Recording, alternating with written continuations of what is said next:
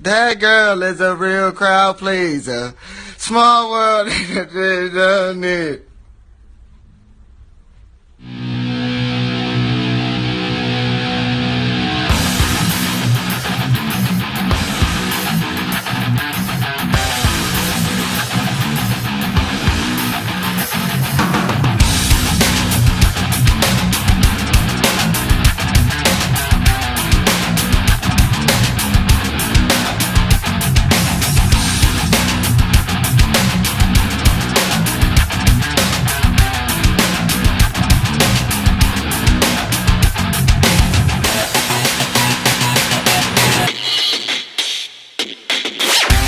Yes, hello everyone, and welcome to another episode of the daily, not quite daily, Richard Lewis show. I'm Richard Lewis, of course. Joining me as always is Sam. He's lurking in the background. Don't know what he's doing. Making palp noises. You all right, mate? Yeah, I'm good. Good. Glad to hear it. Lots going on, and lots to get through. So we'll get straight into it. I will just say this though at the start of the show. Just be mindful if you've ever been subscribed to this channel and maybe you're getting this off Twitter or you're getting it off Facebook. There's some YouTube fuckery going on. I don't know the extent of the fuckery, but lots of channels have been complaining about people just randomly being unsubbed from their channel. And certainly we've noticed we've hit a strange kind of plateau where we're getting messaged all the time by people who said, "Oh, I just rechecked and I was unsubbed from your channel." Now, obviously, I'm a mad, paranoid conspiracy theorist. So obviously it's YouTube doing it because of politics and the type of content that we do. Sam says no. Sam says this is a normal thing that happens to all channels at all levels. Yeah, it's been happening for a while. It's been an ongoing complaint. We'll see. But anyway, yeah, exactly. Wake up, motherfucker. So while we understand, obviously, we're kind of changing the type of content that we do, and maybe not everyone likes it, and some people will just unsub because they don't like the type of content. And certainly, I've had a few people messaging me, like, I would never have ever supported you if I knew you were a Trump supporter, even though I'm not. That kind of nonsense. Just have a check. If you want to be subscribed to this channel, just double check it. Make sure you stay subbed. Right, let's get into things that aren't happening, Sam, rather than things that did not. Yeah, things that are happening. Obviously, we know there's this trend, and it's just so stupid. Facebook posts, social media posts, where you just make up some insane story that obviously just doesn't happen. Most people, even people who think racist shit, would never express it just openly, publicly. Especially in a country like America, you never know who might be carrying a gun or someone might be aggressive. I imagine the average racist just bottles that shit up inside and just goes on about their business. Yeah, what I'm supposed to believe is, if any of these posts are true, is that now racists are just so empowered by the Trump election. They just regurgitate their fucking nonsense. Blah, blah, blah. It's okay to say it now.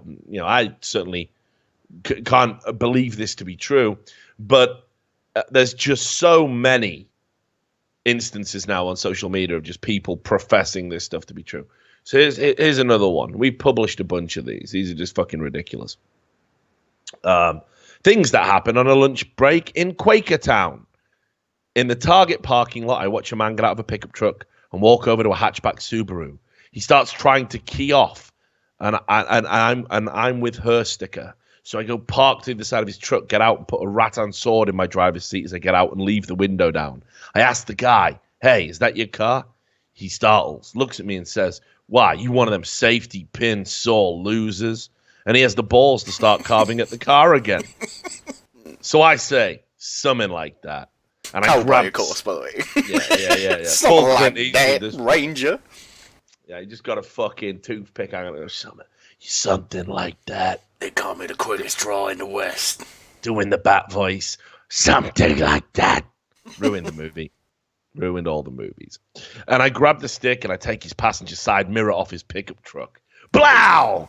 And I gave a good dent in his door. Blow! Hang on. He doesn't even know if it's his car. Right. He looks utterly shocked, drops his pocket knife and backs up. Get in your truck and leave, or I keep swinging. He slowly gets in the truck and screams, "You going to hell, bitch!" as he drives off. I put the stick back in the car and kick his mirror out of the parking spot. Some woman who saw the whole thing asked me if she could hug me. His wet dream. Though I'm still a little adrenaline spiked and I need some whiskey, I know I'm lucky he didn't have a gun. But, let's just wait and see how it goes. I'm going to wait on the owner of the car to come back and let them know what happened. The asshole carved half a swastika over the sticker and into the paint. I kind of wished he would have gotten more confrontational, but I don't probably look good in orange.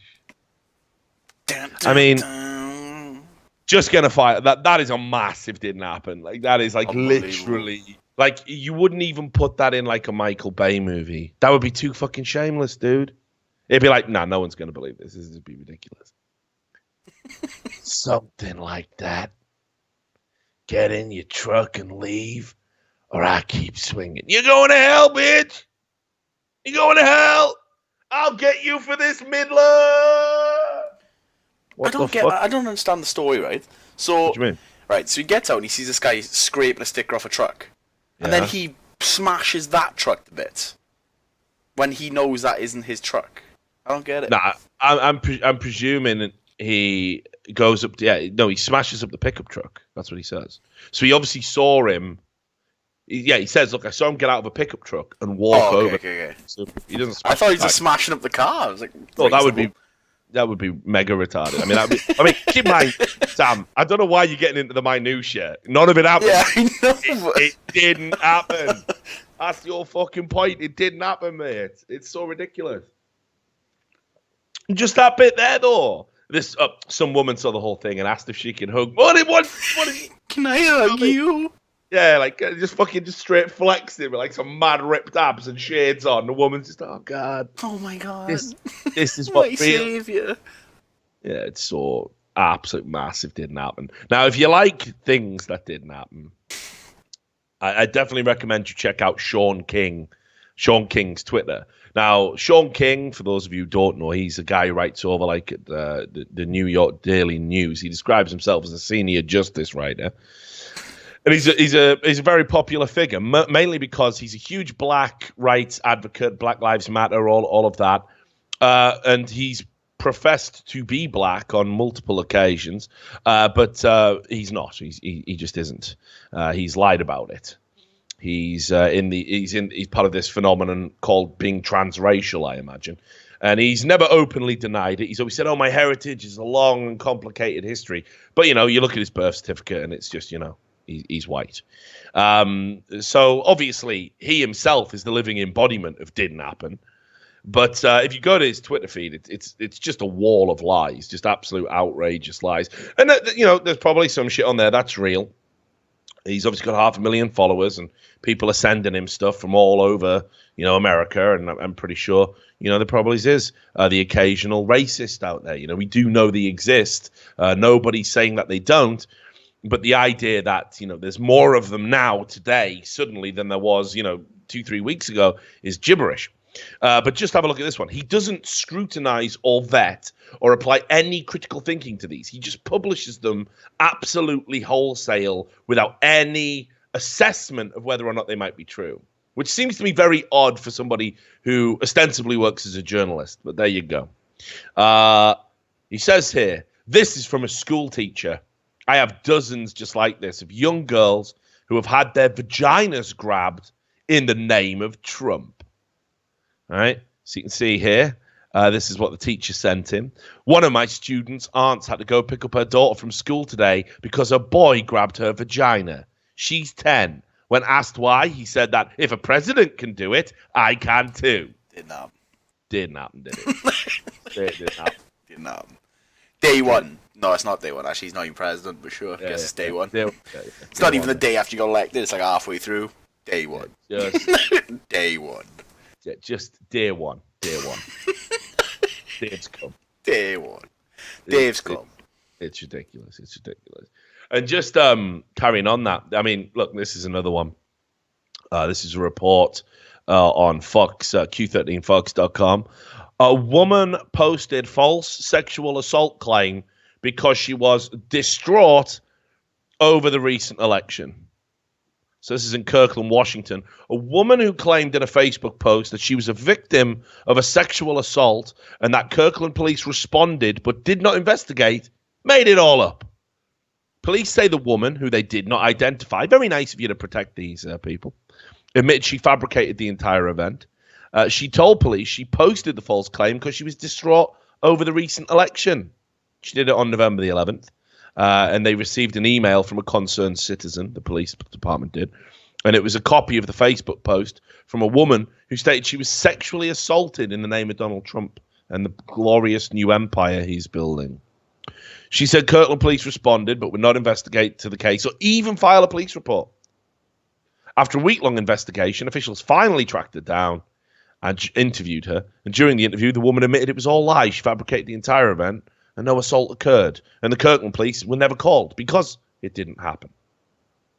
So far, we're not clear if the police are going to file charges against her. I mean, I certainly think you absolutely should. And I'm going to tell you why. There is certainly a chilling effect when you say, I reported being sexually assaulted to the police and the police did nothing. People who see that and take it as gospel may also be inclined to not report things to the police should they be a victim of a crime. This is not good.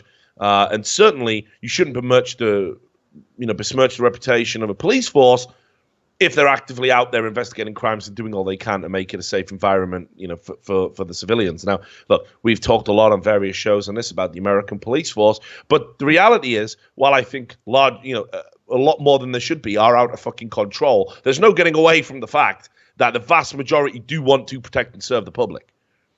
And certainly when you make it look like they are tacitly endorsing or don't care about sexual assault, that's not good. And it certainly should come with a penalty. But there you go. And the Kirkland Police Department issued a statement saying they have worked very hard to gain the trust and cooperation of citizens of Kirkland, and they continue every day to build on this trust through transparency and accountability. False reports such as this can cast doubt on an agency's reputation, the Kirkland Police Department said. So, absolutely. So another fucking didn't happen. It just didn't happen, did it, mate? Didn't happen. That's becoming more and more, popular nowadays. In fact, you know what? I totally forgot what I wanted to start the show with. Obviously, my own experience. Not mannequin. Well, yeah, I was going to ask you, actually, because I was wondering if you were going to bring it up. No, I'll bring it up, mate. Go for it. So, are you going to tell the world of your personal encounter with Hillary attacks? I actually encountered a fucking social justice warrior going fucking mental. In the flesh. In the flesh. It happened to me. Hang on, I feel like I need to crack a beer for this. I know what you're looking for. A bottle of... Smash off table. Oh, man. What's that desk going to be used for? That's cost me a fortune, mate. Fuck yeah, let's definitely ruin the show instead. Is the arsehole going to be out? Or is he going to be caught on camera? Not letting it out if it is. Oh, he's pulled it down. I can't hear. I've learned to do Zoidberg scuttle. So I don't show my arse. That's what I was just talking about, whether or not you're going to show it. No, definitely not, mate. I was saying I wasn't going to edit it out if you did. Right, anyway. So, yeah, what happened was, it was after we'd been filming E-League, and obviously we're off at the moment for Thanksgiving, which obviously, I don't celebrate it. I'm British, people don't celebrate it. But, we get it off work. People are going away to their families. And, obviously Scoots came over to fill in for Moses. And me and Thorin and Scoots and Jason, Alchemist, the producer, we're all just having a drink in this bar, like my regular bar. I go in there. I know all the staff. It's a really nice place. It's really cool. And there's some boisterous girl, like just, being really, she's hammered, right? And being super annoying. But that's fine, there's no need to just have a good night, it's only noise, it's not causing any problems.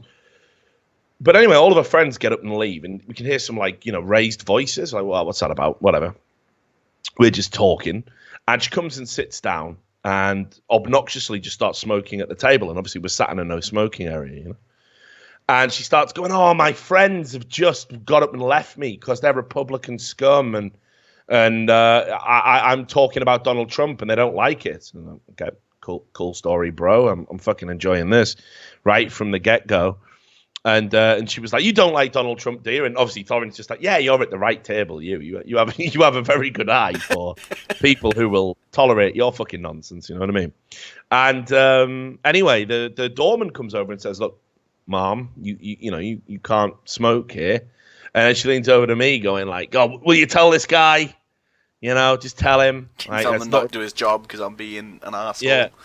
And I was like, well, I know him. He's a good doorman. He's a decent chap. He's just trying to do his job. And, you probably should just do as he says and not give him a hard time, And he's like, thanks for that. And she's going, oh, you fucking arseholes. You should pick and choose your battles. You got to know sometimes that you have to break the rules sometimes. And she just literally carries on smoking and she's like just flicking the ash over this ledge. And the guy's going, look, obviously, I don't want to have to throw you out, but I will if you continue to break the law. And it's not just our rules, it is the law, and I have to enforce it. So I said, look, there's the patio where you can smoke, the designated smoking area is just like 10 meters over that way. You just go there and do it, and it'll all be great, right? There's no need for any scene or any drama. And then she just literally starts, she like smokes, she quickly has a load of hits on it, like flicks a cigarette away, and then starts fucking like just being mega fucking rude and like saying, oh, you're all fucking Trump supporters. You don't get any pussy, you fucking ugly cunt. It's being mega. Yeah. Well, got my number. Got my number. Just like saying all this weird shit as she walks off. You know what I mean? Like just some absolute shrill Hillary supporting lunatic. I couldn't believe it. Like it really happened. Like even her own friends didn't want to sit with her. She was that embarrassing. So they exist. Did happen. Yeah, I know everyone's gonna say that. Didn't happen. Yeah, it did happen. You had some witnesses. Yeah. Fucking Thorin and Scoots and all that can confirm it, man. It was fucking surreal. Now, with that in mind, I got linked to this as well, and I'm pretty sure this is satire. I think it's got to be, right? The account is at Sam Montgomery. It's got to be satire, but if it isn't, it's brilliant. And it's like the tweet, I work at the Starbucks in Lexington, Kentucky, and if anybody asks me to write Trump on their cup, I will spit in it. #Trump cup. And then the day later, the next tweet is, I've been fired from my job at the Starbucks in Lexington, Kentucky. Now, on the one hand, you could believe, oh, it's fucking genuine because loads of like publications from Lexington are fucking like tweeting at her and saying, oh, would you want to talk on the news about you getting fired and stuff? But I'm pretty sure it's a satire account. So thanks to the people who sent me that, but I'm pretty sure it's not real. And here's the interesting thing, right? Obviously, Donald Trump, yeah. I don't know if you knew this, Sam, but he is evil incarnate. Did you know that? Yeah, I have heard. Some people did tell me, actually. Despite having worked with black people in a part of the world that does have a lot of black people, obviously he's the most racist man ever to have lived. Despite having many business relationships with black people, they all secretly hate him and know he's racist. He's obviously somebody who, because he made one joke once about sexual assault, he's just a full-blown rapist. I mean, he's just the most immoral man who ever lived. And I know that because the mainstream media told me that, and it must be true. So I couldn't believe this because guess what happened? There was an Ask Reddit thread. And it said serious, it's got the brackets round serious, so everyone has to be serious. And it said people who have met or dealt with Donald Trump in person prior to this presidential race, what was he like? And I'm like, well, this is it. He's done for. He's done for, mate, because there is no way somebody as objectively evil as Donald Trump could have anything nice said about him because he's evil. He's evil incarnate. The mass media told me so. So I reluctantly opened it. I obviously didn't want to trigger myself because I knew there would be... There'd be a bunch of didn't happens in you. I knew there would be vivid depictions of rape. I knew there'd be vivid depictions of racism, vivid depictions of just all sorts of horrible stuff. But I had to delve in there, Sam, in the name of truth, in the name of justice, right? So I went in there. Now imagine my fucking surprise. Like, just look at them. Just go down in order. Look at this one. I used to be a cable tech in New York City. We would service Trump Tower on occasion. I got to replace the cable box in his living room and show him how to use an on-demand to watch a movie. I made a joke about how he hates the company I work for, even though he's an investor. Oh, no, he made a joke about that. He then said, thank you, and had his assistant hand me a nice tip before we parted ways. I got tens across the board on the automated survey call after I finished the job, but I'm not sure if he's the one to thank for that, because I doubt he put his number down when opening the account up. I was like, what? What, he treated a blue-collar worker with respect and gave him a big tip? Then I thought, he must be white. You know, so whatever. Fuck white that male. stuff. Can't it? Fucking white male.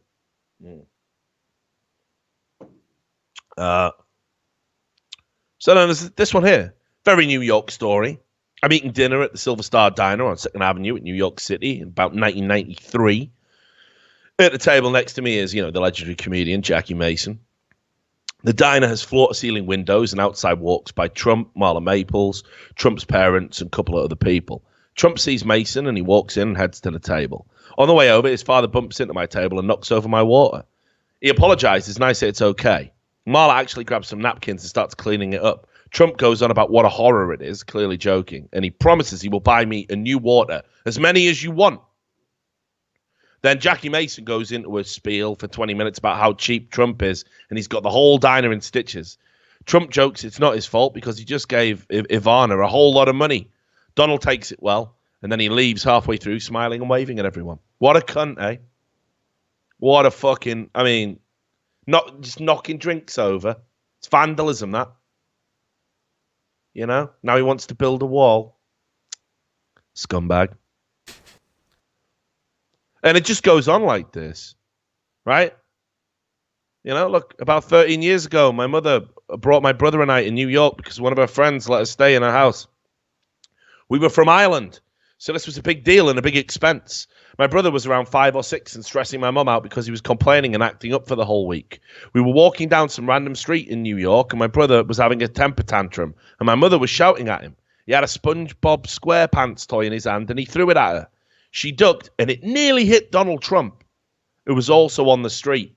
Now, this is obviously where he's going to just lean over. He's going to batter a kid. He's just going to lean over now, isn't he, Sam, and just suck all the life force out of the Like a Dementor. I will take your pure energy and convert it to evil. All its energy, and then take what's left for stem cells to keep his hair alive, right?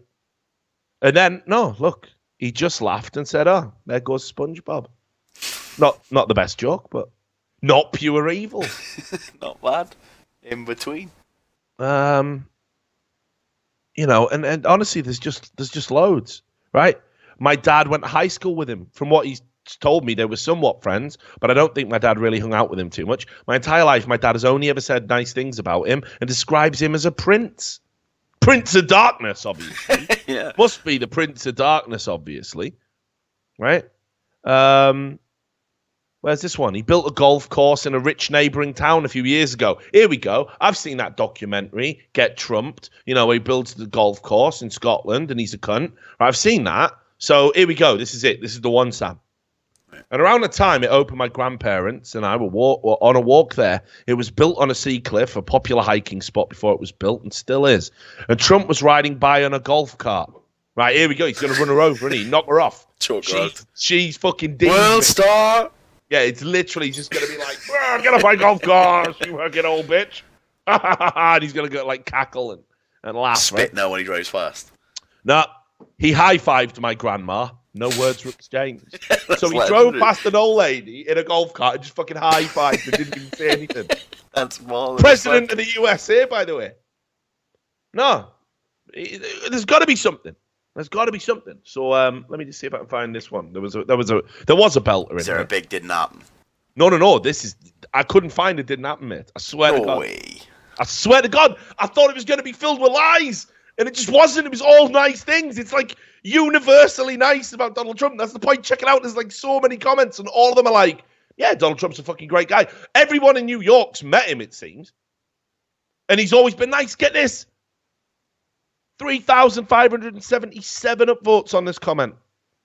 I worked at one of his golf courses for 3 years as a valet, and I also upkept the practice facilities, including driving around the ball picker-upper. You know that thing where it's got the yeah. funnel at the front, it just hoovers the balls in. Every time I dealt with Big Donald, big man like Donald, mate. Roadman Donald. Yeah, Roadman Donny, mate. Yeah, big man gonna make big cash. Every time I dealt with Big Donald, he was more than respectful. Right, here you go. Also, we had a Mexican guy who cleaned the car. Game over. Right? He said, "You fucking Mexican scumbag. When I'm president, which isn't going to happen for fucking 20 years or something, but when it does, I'm going to build a wall. I'm going to call you a rapist." Right? That's what he said. Game on. So here we go. Game on. And the Mexican was called Felipe. It's like super Mexican, right? Yeah, you knew what you didn't have to guess. Right? So we had a Mexican guy who cleaned carts called Felipe, who he personally provided housing for out of his own pocket because he thought Felipe was such a good worker and valuable asset to the cause. Sorry?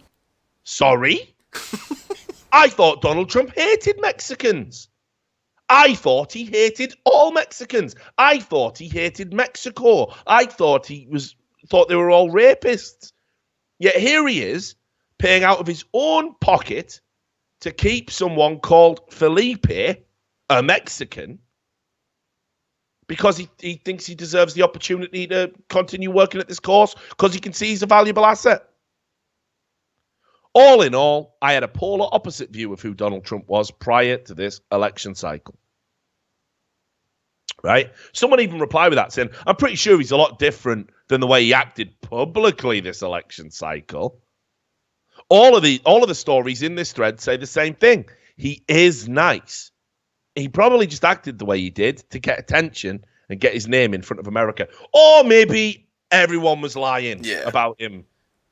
That's definitely what he needed to do. Celebritize his name a bit more in America, because no one knew who he was before that. Yeah. I mean, he's only synonymous with fucking success. Whatever you think about, whether he's bankrupt or not, or how he's made his money, Trump fucking Tower. Trump. He's turned a name, which is slang for a fart, did you do a Trump, into being successful in and of itself. And this person thinks, he probably just, he was just acting. He was just playing up to the No, he's obviously like that. It's just the headlines were all just skewed bullshit. So there you go. I couldn't fucking believe that. Literally, I went through it with a fine-tooth comb looking for it didn't happen. Couldn't find it didn't happen. It didn't happen. Right. So here you go, Sam. I'm good at predicting the future. You know that, right? Sure. Yeah. A lot of people have said that about me, mate. Right. So let me tell you that here are the things that are obviously driving the news cycle as we move forward. For the next, I'm going to say 3 to 4 weeks, we're going to hear lots about fake news. We already talked about this on the last show. Fake news. And it's really funny because when you say the words fake news to me, that's pretty much what I've been seeing coming out of the mainstream media non-fucking stop is fake fucking news. It's just lying headlines, misinterpretations of quotes, complete bullshit, staged, moments for the camera. That's all fake news, right?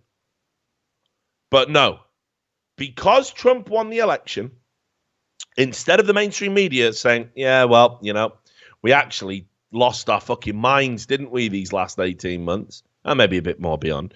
But we really lost our minds and started just lying. Shit, like that's against everything we should stand for as journalists. We should stop that. We should stop doing that. And wow, God, I'm almost ashamed of myself to think I'd fallen so far from what I wanted to be. Instead of going that way, they just double down. Yeah, everyone is lying except us. La la la la la la la la. We are the best. So fake news is now the thing. So we know that Facebook got reamed out by the fucking HuffPost saying, you helped Trump get elected by allowing right-wing fake news, even though they were deliberately censoring conservative opinion on Facebook. And it was even publicized in, sympathetic publications like BuzzFeed. This was happening. Zuckerberg took it on the chin to begin with, But as you'll see, he's now starting a cave. So The Independent published what is this list that has been compiled of fake news. Now, I was amazed because not one of these publications that have been caught lying or misrepresenting facts, or Rolling Stone, for example, which published without question or query rape allegations about people who were innocent, didn't find Rolling Stone on there. Weird that. It's almost as if there was an ideological agenda attached to this. Now, I'll tell you, yes, there are some websites that publish completely across the board fake fucking news. But here's where it gets weird. Okay? So you've got things like, obviously Breitbart were on there, of course. They were on there. Now, again, I don't necessarily agree or support everything Breitbart publishes. But I certainly know from my point of view, I worked there. My news weren't fake. I didn't make anything up. We picked up the stories that the mainstream media didn't want to do. And honestly, I'll tell you, from working there, anything that was even potentially queryable, anything I'd gathered from anonymous sources, it would go through 2 layers of editors, because we have to hold ourselves to a higher standard, because we know the mainstream media are looking to bash our fucking head in if we make even the slightest mistake. So Breitbart's on there. InfoWars, yeah, okay. Don't believe in the lizard people. Don't believe in those.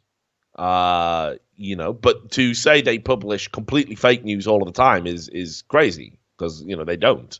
That's simply not true. And, you look at Paul Joseph Watson's stuff, it might have a opinionated slant to them, but when he reports the facts, they are factual, and it's always backed up and verified. It's the same with the Free Thought Project. Yes, they do publish the occasional thing where it's like, marijuana cures all the cancer. Don't like, but, whatever. Maybe. I don't know. Let's see. Okay, but definitely don't just put... This one guy smoked a bunch of reefers, and when he stopped being stoned, he was better. Like, yeah, I'm not having that, right?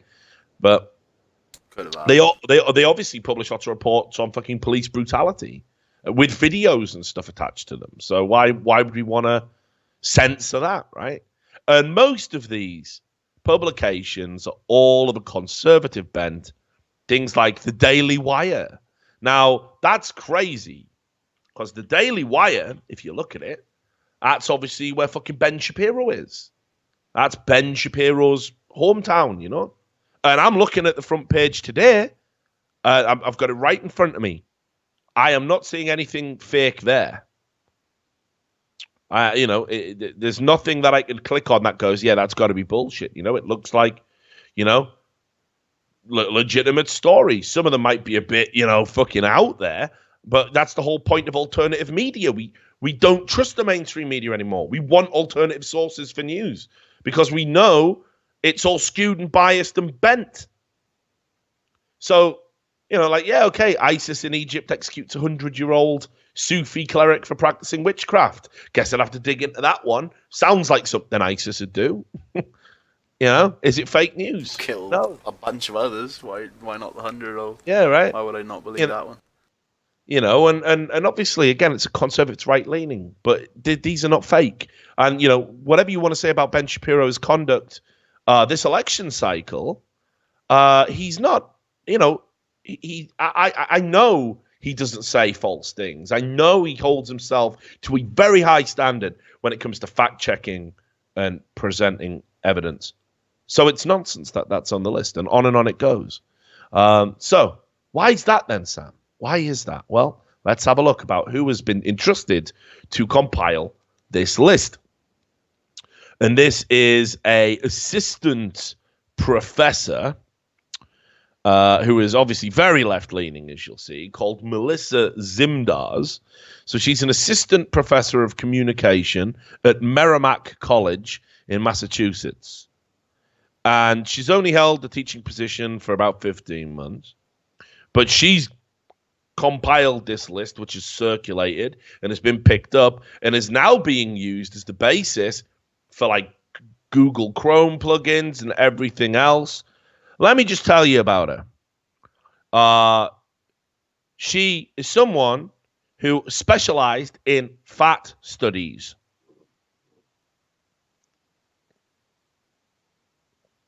She is a self-identified feminist. And I presume that's very much the third wave feminism, not the kind of sensible feminism every civilized human being subscribes to, which is women don't deserve to be oppressed and completely wrecked just because they're women. But not third wave feminism where it's all men are scum, like. And she's also greatly expressed dislike for Donald Trump and Mike Pence. So this is the person we're going to trust to be unbiased when it comes to putting out, fake news. And it's crazy because if you go into the Podesta emails on WikiLeaks and you look at the list of all the journalists who colluded with the Clinton campaign and therefore literally did things that were faked or skewed or biased to try and affect the electoral outcome, none of those publications are going to make this list. They're all deemed to be acceptable. Why is that, I wonder? Could it be on an ideological basis?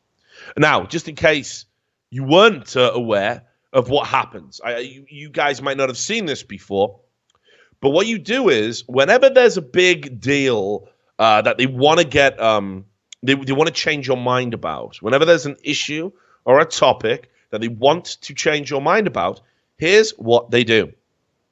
The media literally conform to each other's standards of what the news cycle should look like. So fake news is now news. Everyone's talking about fake news. They do this all the time. You will hear recurring phrases in any news cycle over and over and over and over again. That's what they do.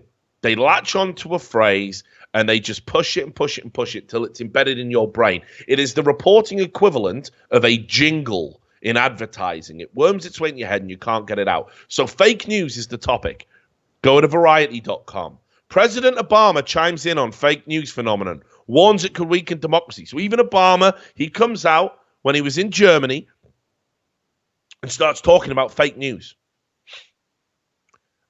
Just straight up, fake news, fake news, fake news. All the time, fake news. And he even says, fake news, that's linked to low voter turnout. Nothing to do with the fact that no matter who you vote for, you get fucked in the ass by the same dick every time. It's nothing to do with us being ineffective. It's nothing to do with us lying to you. It's because of this fake news lying to you. It's not on us. So on it goes, and you can see this in Variety. Now, I haven't linked you to all of these, Sam, but I'm just going to read a list of headlines. That's coming out. New York Times. Fake news on Facebook in foreign elections. That's not new. The Verge. Obama criticizes the spread of fake news on Facebook. Vox. The top 20 fake news stories outperformed real news at the end of the 2016 campaign. I wonder why that is. Could it be that all you motherfuckers were lying the entire time and people got bored and looked elsewhere? You drove these people into the arms of these dubious publications. And let's keep in mind, not all these publications are dubious. Vice, Facebook's fixable fake news problem. Nice alliteration there. Like that. Salon, people are definitely dumber. Thanks to Facebook, a viral fake news writer is making $10,000 a month. Ooh. Let's condemn these people, right? Like the mainstream media lied to you for clicks. It's okay when they do it. If a guy over there's lying to make clicks, he's bad. It's fake news, right? Fake news. Repeat after me. Fake news. Politico picked it up. Obama, we must guard against fake news. Mashable. Fake news has gotten so bad, Obama had to weigh in. The Guardian. Fake news clampdown. Google gives 150,000 euros to fact-checking project. NPR, they went one further. They conflated fake news with hate speech and said, from hate speech to fake news, the content crisis facing Mark Zuckerberg. I'll even let you bring that one up if you want, Sam. I'll give you the link. You can have a butcher's here. There it is. Fake news and hate speech together at last, of course. One and the same. USA Today report fake election news performed better than real news on Facebook. CBS, Facebook fake news creator claims he put Trump in the White House. Wait, I thought that was the KKK. Wait, I thought that was racists. Wait, who is it? I haven't been lied to for 30 minutes. My brain's capsizing. CBS, fake news spurs Trump backers to boycott PepsiCo. And on and on and on it goes. Fake news, fake news, fake news, fake news, fake news. CNET.com, they ran a publication. I'll keep in mind, CNET, an article. Obviously, CNET, they're about, kind of like reviewing stuff, and that kind of thing, as a tech magazine. So there you go. How to avoid getting conned by fake news. Because obviously that's a big problem, right? We're all, oh God, no. Before I knew it, like I was pissing myself for feminism. Zuckerberg, anyway, let's get back to Zuckerberg. Facebook, right? So Mark Zuckerberg, after saying, I don't think fake news had anything to do with it, this poor little cuckolded fuck, he can't even stay true to that. He can't even, you were right. You were right. But this is what happens. The left go after their own every time. So now Zuckerberg is in the news as well. And he's under immense pressure to change this shit, which isn't a problem. And he's under this immense pressure to change it, to fall in line and conform back with the gang, be allowed back in to the leftist gang. So now he's come out and outlined plans about how he's going to combat fake news on the site. This is like a week after he said he didn't think it had anything to do with the election and that it wasn't a big deal. And that the overwhelming amount of content on Facebook was accurate.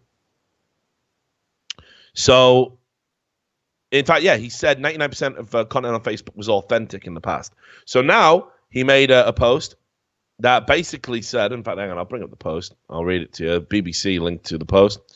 So again, you can have that, Sam. So you go. A lot of you have asked what we're going to do about misinformation. So I wanted to give an update. The bottom line is we take misinformation seriously, not when our friends in the left and the mainstream media are doing it. Our goal is to connect people with the stories they find most meaningful, and we know people want accurate information. We've been working on this problem for a long time, and we take this responsibility seriously. We made significant progress, but there is more work to be done. Historically, we've relied on our community to help us understand what is fake and what is not.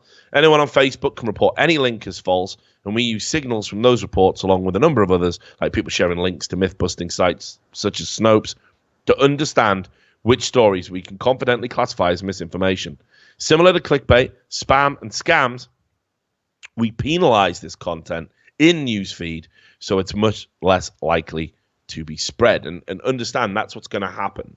This is why all of this is important, because they're going to take valid alternative media sources and they're going to lump them in with blogosphere bullshit and censor them. And they fucked up last time. People realized they were censoring conservative views. Now they're just going to repackage the same level of censorship and call it fake news. That's what's happening. You don't need to be a genius to see that that is what's going on. On it goes, and he outlines what's going to happen. He says there's going to be stronger detection. The most important thing we can do is improve our ability to classify misinformation. He says there'll be easy reporting, making it much easier for people to report stories as fake, which sounds to me that they're going to give greater weight to people's reports, which means, of course, that every time someone says, oh, I don't like it, la, la, la, it's questioning my worldview, meh, meh, off it goes. Away it goes. You report it's going to get took down from Facebook, and they'll probably take the page or the publication that it was published on, and they'll either delete the page, block the page, or just change an algorithm so that publication doesn't appear in your feed, to a greater percentage. Third-party verification. There are many respected fact-checking organizations. Well, I certainly hope we're not talking about Snopes, which has proved itself many times over to be very dubious indeed. And while we have reached out to some, we plan to learn from many more. warnings. So now they want to label stories that have been flagged as false by third parties or our community and show those warnings when people read or share them. So you just come along. That's fake. Definitely fake. There's no way Hillary and the Clinton Foundation would do that because I'm a Hillary supporter. So that's fake. And then next time I click on it, I'm going to get a warning, if I'm allowed to click on it at all, saying this is fake, disregard. And that's just going to get put there as the result of somebody else clicking on it, believing it to be fake. I don't understand how that helps. Related articles quality. They want to raise the bar for stories that appear in related articles. They want to disrupt fake news economics. Now, this ties into what we told you about with Google. Google is saying they're just going to take away ad revenue from anyone considered fake news. They're going to take away the Google ad rev. So it says a lot of misinformation is driven by financially motivated spam. We're looking at disrupting the economics with ad policies like the one we announced earlier this week and better ad farm detection so that they're going to demonetize anything that's deemed fake. Listening. We will continue to work with journalists and others in the news industry to get their input. Brilliant. Facebook has now just given itself carte fucking blanche to do all of the things it was doing anyway, and it's going to tell you it's doing it for your benefit. So we all know Zuckerberg was talking to journalists and was letting journalists fucking bend his ear about how to use his platform. And we know it was done on an ideological basis. It had nothing to do with truth, what's right, what's fair. The social media companies and the mainstream media were all part of the tool of the tools used by the DNC to try and get Hillary elected, to try and get in the White House. They even ran smear campaigns about Bernie, for fuck's sake. No one was safe. And now, here you go. We're going to continue to work with journalists. Zuckerberg, I don't want you to work with journalists. I want you to run your platform and just ensure that it's free from bias. If you go and talk to journalists, you're giving them input. You're giving them an editorial input. That does not assure that it's going to be an unbiased platform. So that's what's going on.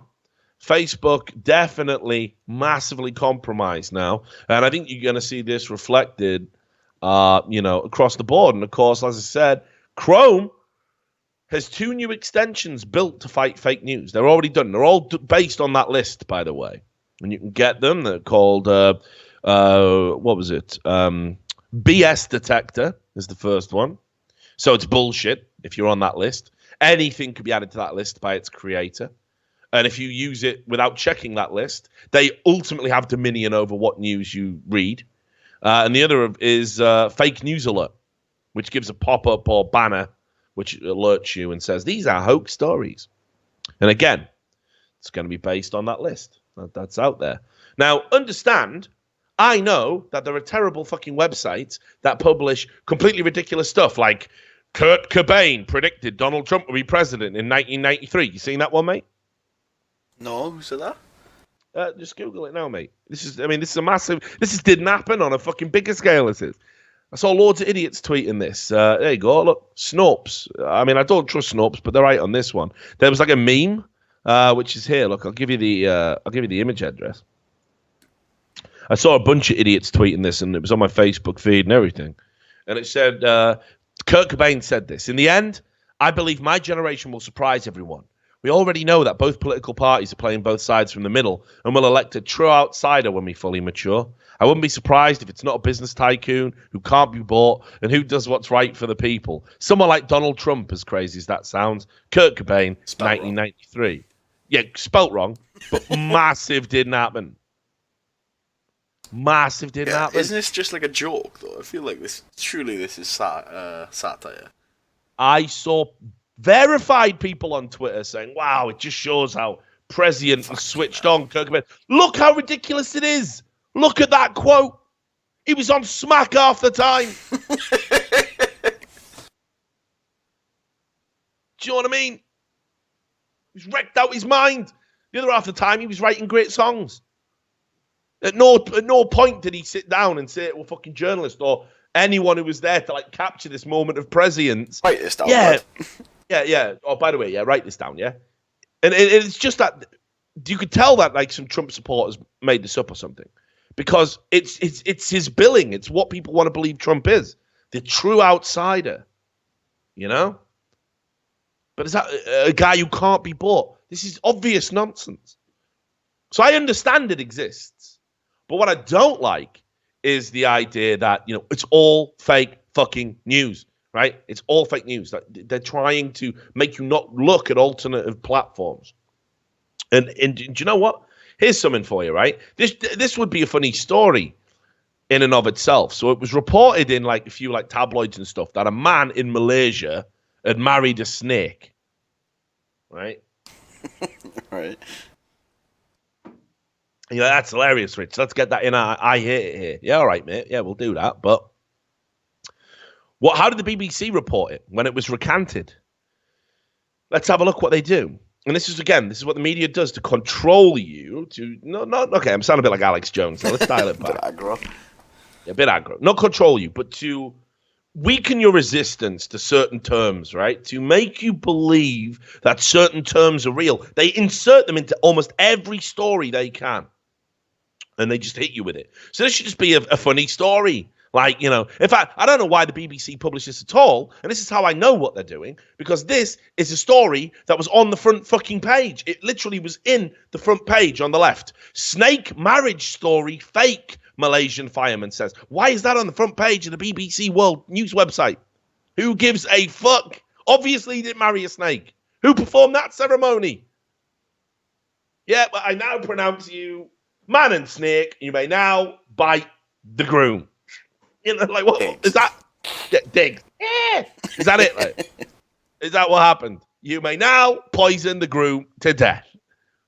Obviously, didn't happen, did it? It fucking massive didn't happen.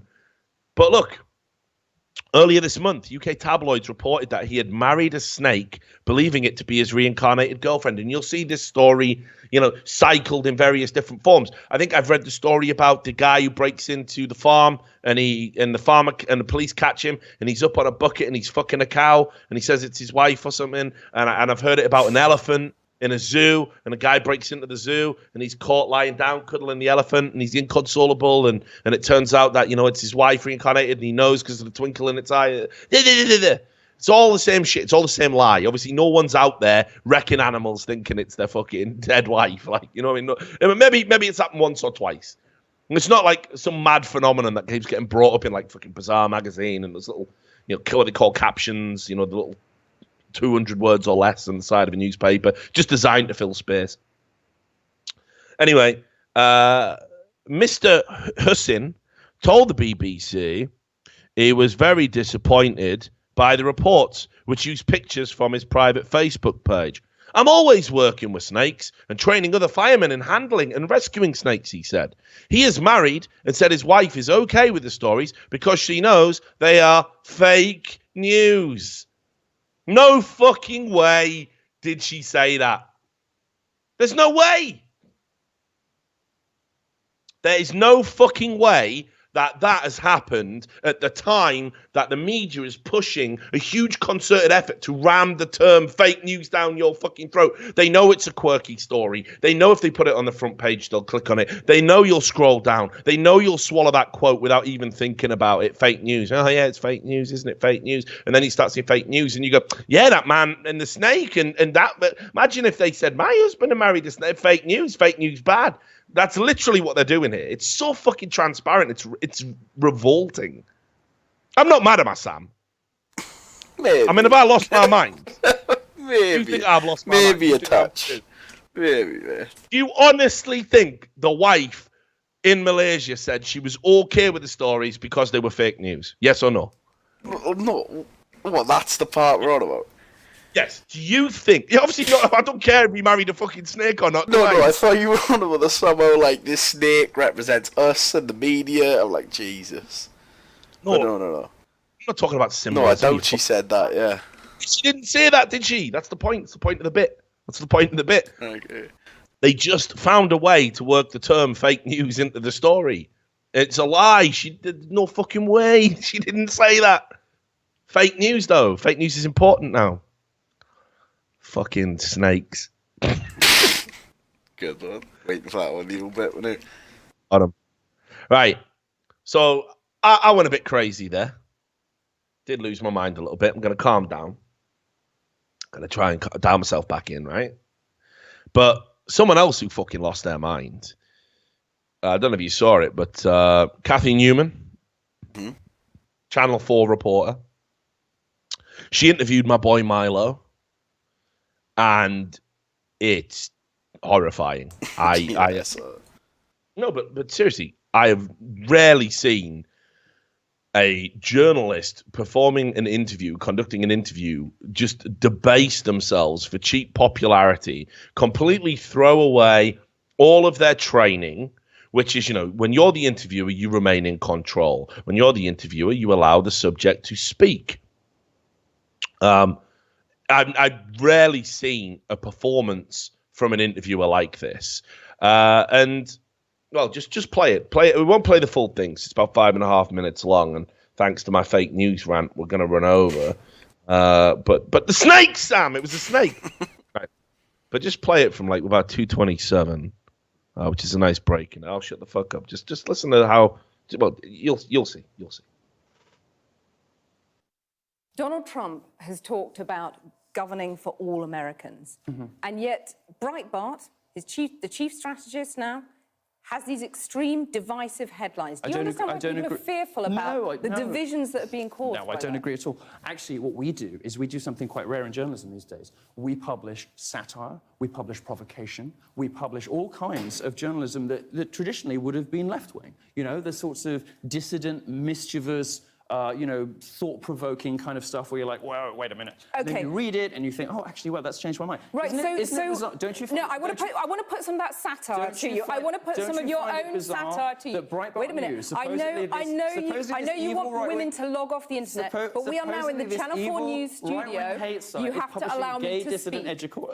You said that women offended online should log off. You said, yes, we'll certainly let women onto the men's internet a few times a year, as long as you follow a few basic rules. You said, wait, let me finish. You said, mass Muslim immigration must stop, or people will know real rape culture. Are we supposed to just soak that up and take it as one big joke? Am I wrong about that? Am I wrong about that? Answer me. Are we supposed to just soak it up and take it as one big joke? You're supposed to treat it as it's intended and not wrench it from context. You know perfectly well that it is a provocation designed to make people think and perhaps to make them laugh. The guy who's behind all this provocation, the guy who hired you and turned you into a star, as you put it, is now chief strategist in the White House. What does it mean that someone who delighted in offending people, who delighted in having a laugh at Muslims and women, is now at the centre of power? I delight in offending people. I think the grievance brigade, victimhood, the idea that hurt feelings are some kind of special currency, I think that needs to come to an end, and America agrees. What does that say about you? What does that say about the guy who's now the chief strategist?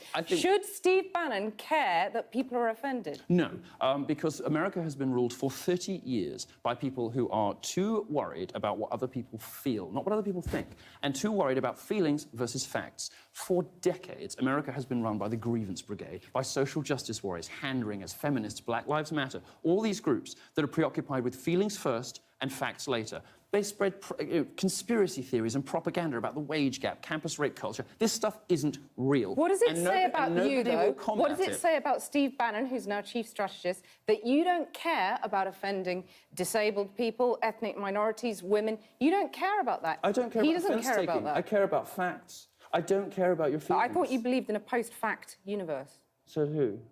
That's one of your quotes. Is it? We live in a post-fact era. It's wonderful, you said. Yes, what I meant from that was just telling the facts are no longer enough. You now have to be persuasive and charismatic and interesting and funny. Just telling people things isn't enough anymore.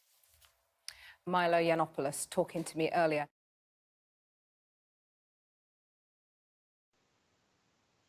So, I mean, Sam, give me your thoughts, because obviously, unbelievable. Right? Why? The part where she just started screaming, I know you want women to log off the internet. Not what he said. He said offended. If you don't want to be offended anymore, if you log off, can't see what's offending you. That was the point. Like the great quote about cyberbullying, which I can't say. Right? But, I mean, did you think she gave him a fair shake? I know this is a silly question. May have been close, but no, I don't think so. Do you think that her line of questioning was reasonable? That's reasonable. No, yeah? I don't believe so.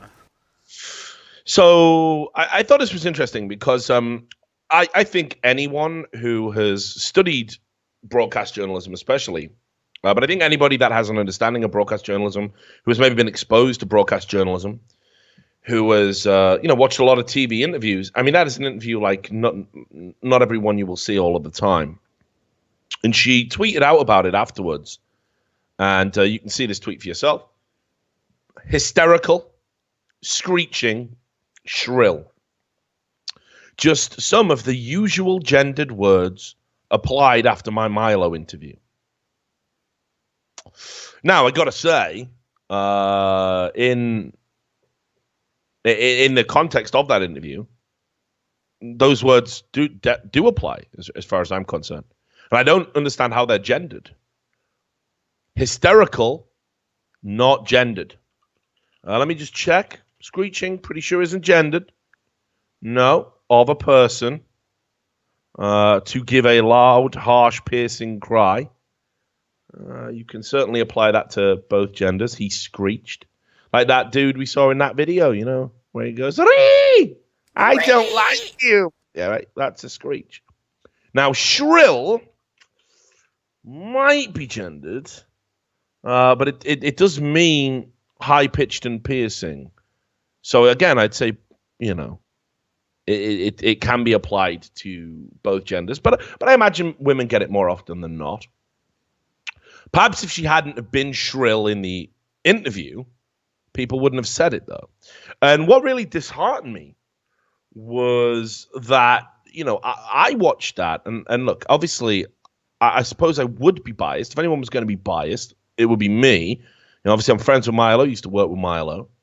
I do consider his brand of provocation, his shtick, if you like, to be, pretty funny.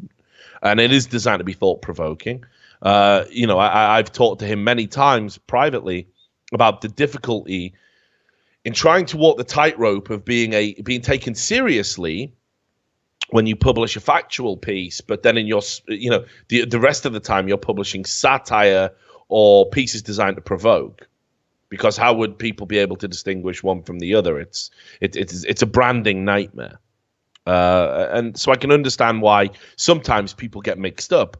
But he has no plan to change it. But let's just go through the comments, and it's insane. People are saying, I bet even his fellow fascists hate him. And this is from someone, Red Sky at Night. You were brilliant. You showed him up for the sad, bitter, irrelevant little man baby he really is. Well, I guess he looked like a man baby with the way he calmly and quietly and respectfully dealt with someone who was acting really over the top and shouting and clearly wanted to bait him in. Now let's talk about Steve Bannon. Why am I talking? Why are we screaming? Yeah, why are we shouting?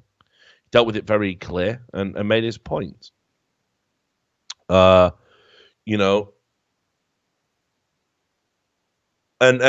was struck in your interview with him how somebody who complains about people being offended too easily can be so thin-skinned.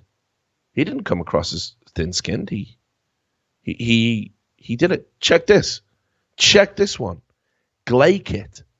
It's like we saw a different video. You dealt with the obnoxious, infantile provocateur with a dignified professional calm. Well done. Sorry? Dignified professional calm.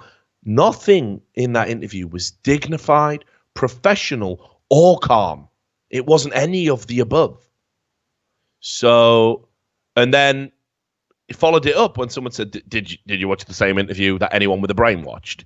And they go, yeah, we'll just have to agree to differ. No, you're just objectively wrong. Yeah, you are just objectively wrong. Cathy Newman behaved with impeccable restraint in the face of provocation. That's a description of what Milo did. Why are you giving this man a stage? He's a nasty attention-seeking child in the body of a man.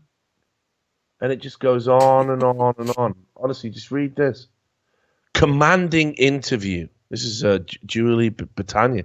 Commanding interview, incisive journalism. Exactly what we need. You were excellent, Kathy. More, please.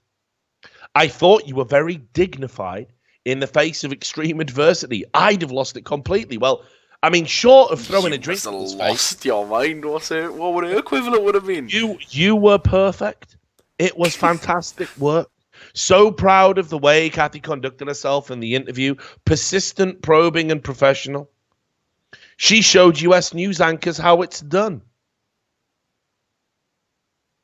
Unreal. It was superb. How you kept a straight face on seeing his comb over, I'll never know. You were fabulous. Best interview since Paxman took on Howard. Unbelievable, right? So, and people even said Milo was hysterical, screeching and shrill. He barely got a fucking word in. Now, just in case you're wondering, oh, Richard, come on, man. You're clearly just going after the female journalist here because you went after your friend. Let me tell you, Kathy Newman was already on my fucking shit list as a journalist anyway because of the way she's conducted herself in the past. Now, a lot of you probably won't remember this. This is at the start of 2015. But Kathy Newman basically claimed on Twitter that she was thrown out of a mosque, right? And you know what? Like, this sounds bad, but, misogyny in a mosque, maybe it could happen. Could happen. I'm not saying all Muslims are misogynistic, obviously. I'm not, but, mosque is a place of worship, and depending on how strictly they interpret certain passages of the Quran and the Hadith and their beliefs, I can imagine that a woman dressed a certain way might be asked to leave, okay? So I could believe it could happen. But look, she tweeted, I just visited Streatham Mosque for Visit My Mosque Day and was surprised to find myself ushered out of the door. I was respectfully dressed. I had my head covering and no shoes, but a man ushered me back onto the street. I said I was there to visit my mosque, but it made no difference. Anyway, she made a big brouhaha about it, and it's interesting because obviously she's attacking Milo for stirring up hate against people. And one problem with this story, there was some CCTV footage. And yeah, you can't believe it, can you? There was some CCTV footage. And interestingly enough, this is all before it all went proper crazy with the Trump shit. The CCTV footage obtained by the Huffington Post actually just shows that she left the mosque by herself. She spoke to someone inside the mosque on the CCTV footage. She looks confused, and then she leaves. And it turned out she went to the wrong mosque. And that's why they were like, we haven't planned to visit my mosque day for you. And she had to release a statement saying, as the primary purpose of Visit My Mosque Day was to increase understanding of Islam, I was horrified to hear the mosque I visited in error has had death threats. Yes, you did that. You lied and you stirred up a bunch of fucking hate. I'm sorry for any misunderstanding there has been. It's not a misunderstanding, Kathy. You just lied. You lied to create a drama. You were probably feeling a little bit silly that a professional journalist couldn't even do their assignment correctly. So rather than just take ownership for that, you publicly, debased, you insulted, defamed the owners of this mosque, and even in the light of that, the person behind the mosque, the head of the mosque, said, despite the misunderstanding, he would love her to come any other time. So even in the mosque that she left, they said if she comes with an appointment, we'd love to have her. And I extend an invitation to her if she would like to contact me. And then he even said he tried to get in contact with her a couple of times, but he wasn't able to do it. So ridiculous. So she is an inarguable liar. She is a fraud. So I already had a cause to dislike her, and I think you should definitely take anything she says with a pinch of salt. She's one of these lying journalists. and they will try and cover their own mistakes. They'll use anyone to do it, and they just flip flop depending on what the prescribed politics of the time are meant to be. So there was that.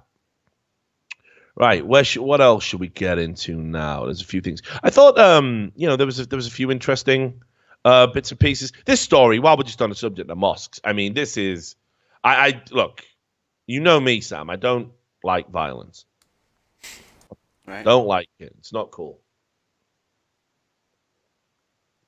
But I did have to laugh at this. I probably shouldn't. It's not funny, but if it wasn't real, it'd be hilarious satire. The American Revenant published an article. The Australia 9 Network News, they do this program called 60 Minutes. Obviously, that's, like a proliferation of the 60 Minutes we all know and love, 1 hour documentary. And they went to Sweden with the intent of showing how peaceful refugees are and how they get a bad rap. And their entire crew got assaulted by refugees.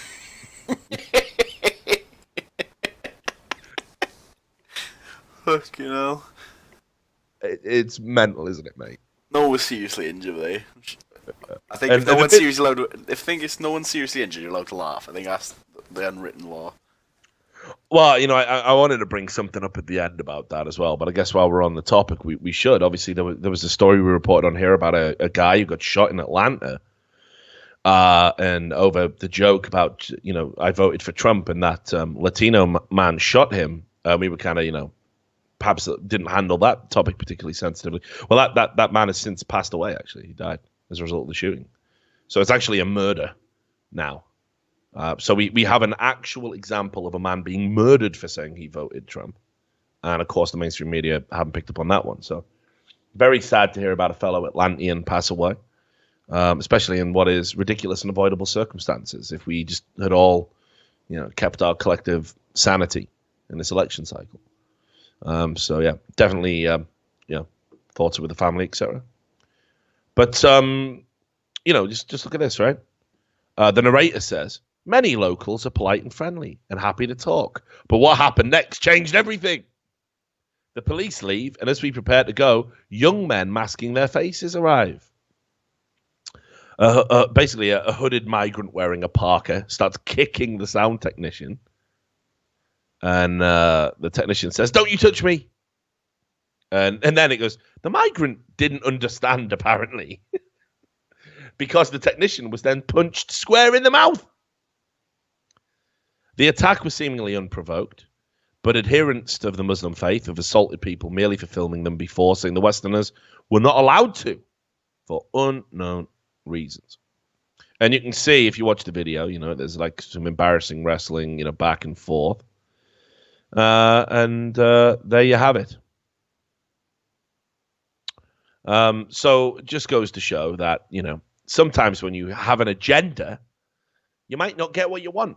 You might not be able to make the facts fit your agenda. Now, here's something that's going to blow your fucking mind, Sam. It blew mine.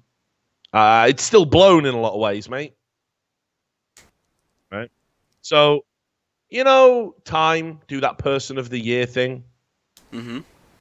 It's a pretty big deal, right? Yeah. Being Time Person of the Year.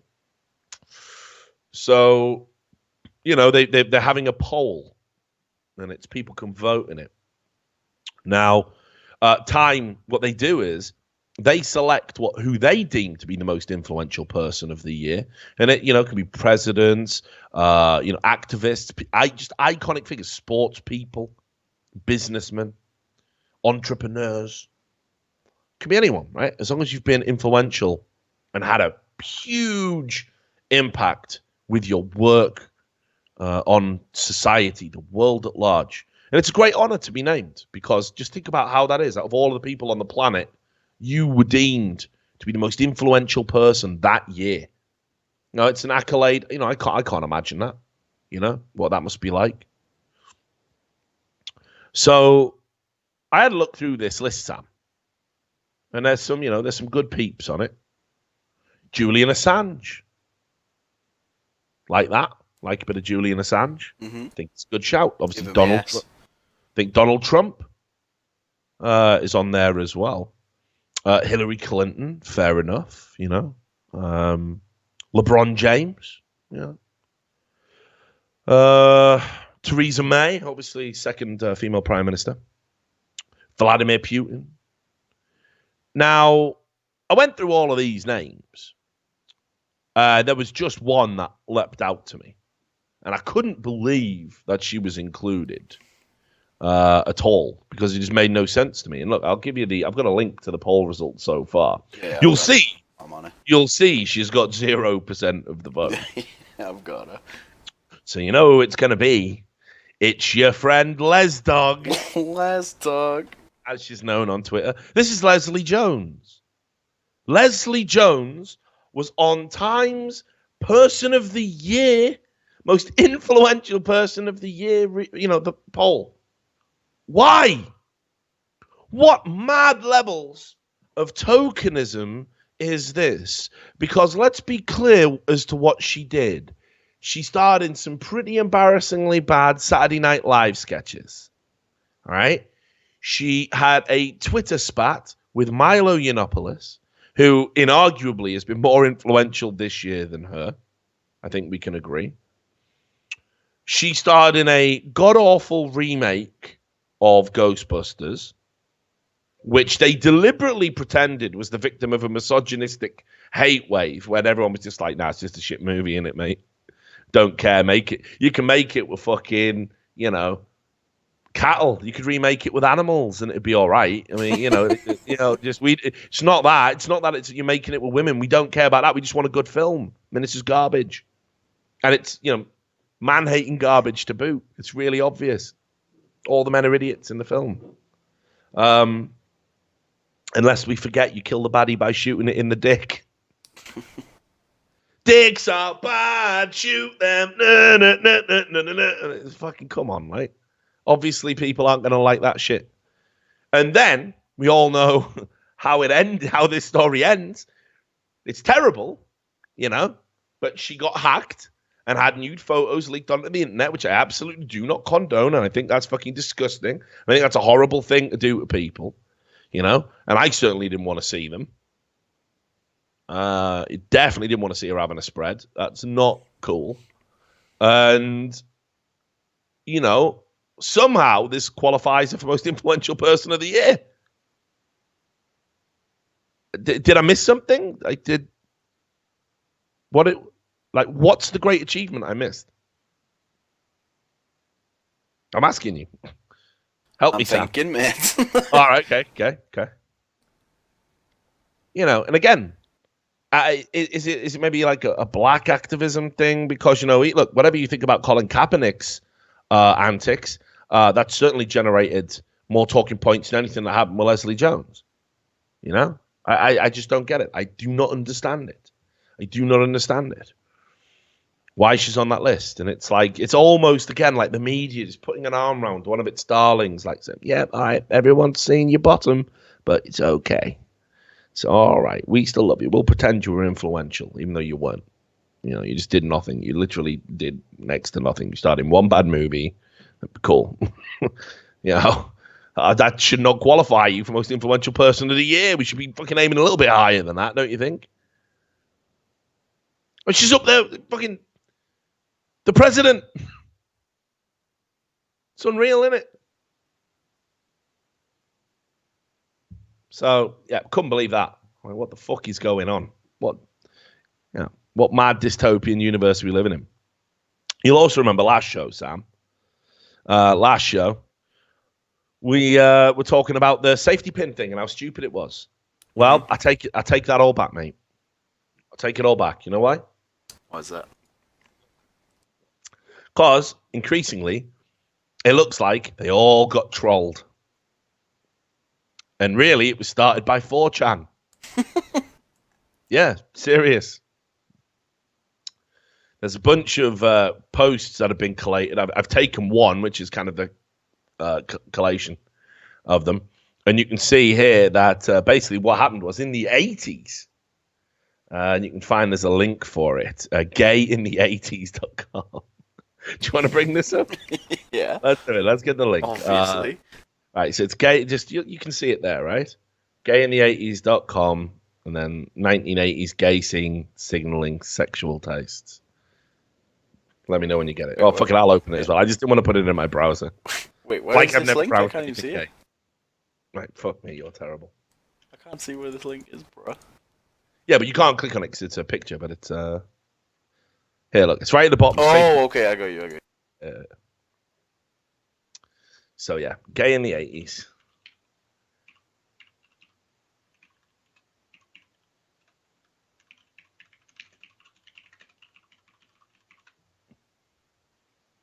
So I think this is the one. Yeah, here it is. This is the link, right? So now this is in my browser history forever. Brilliant, right? So you can see here, this was published in 2014, so good while before any of this was going on.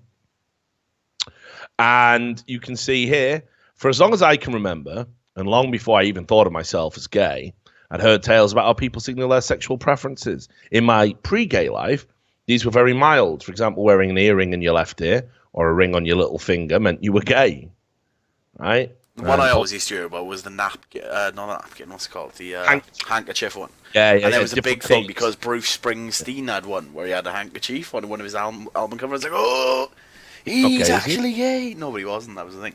But everyone thought he might be because he had a handkerchief in his pocket, and that was just enough, apparently.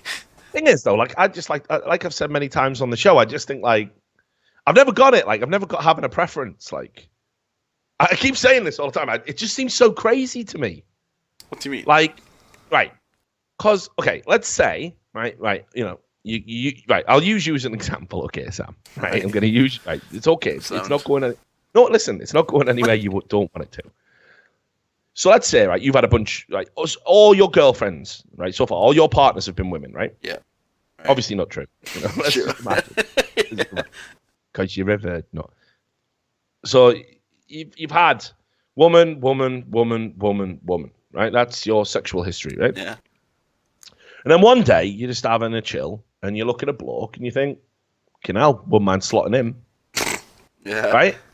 Okay. We've had this discussion many times. Yeah, but so what I'm saying is, if that thought entered your head. Yeah, how many times have I said, yes, if I suddenly saw a man on the side of the tractor, then I would, but yes. just for the context of the show, it's not a test, Sam. Right, okay. It's not a test. This is not a test, right? You're okay. Obviously, I know you agree with me, right? Yeah. I'm just saying, if I ever felt that way about anyone, regardless of anything, just, whatever. Let's do it. It's just not a big deal. I just don't get it. Yeah, but so I think that's what the whole point is. Isn't being straight the whole point? But if you saw a guy and you were attracted to him, you would no longer be straight then, would you? Well, that's the point. But I also wouldn't necessarily be gay. Oh, well, I don't know. I think we're all on some sexually ambivalent spectrum. You know what I mean? Like, look, but when dudes go, right? Like, they always justify it when they come out. Obviously, it's mainly in America where they do this. They don't do it in the UK. But when guys are on long stretches, and they get some dude and they dress him up like a lady and they put Kool-Aid on his lips and shit, and they're fucking tricking him out. Like, they'll come out of prison and they go, "I ain't gay. I'm just human." But you didn't have to fuck that. You definitely didn't, right? Definitely. You could have just had a wank and just accepted. But they don't, right? So it's just strange to me. Obviously, I think there's a large portion of people who are sexually flexible. I think we're all on a spectrum. Some are hardliners, right? But I definitely don't care. I talked about that before. Say if you watch porn, like, you don't want an ugly dick in the porn, do you? So listen now, right? You get the choice between a bent out of shape, twisted up dick. It's got some knots on it. See that? Yeah, or you get a nice, aesthetic dick. If I was a doctor, if you want to see the aesthetic dick, fingers crossed, I don't see no mad ugly. You're at least 20% gay. At least 20% gay. If you want to see aesthetic dicks in your porn, alright, and that's at least 20% gay. Oh, that's just like, I don't know. That's mad, isn't it? That's 20% gay.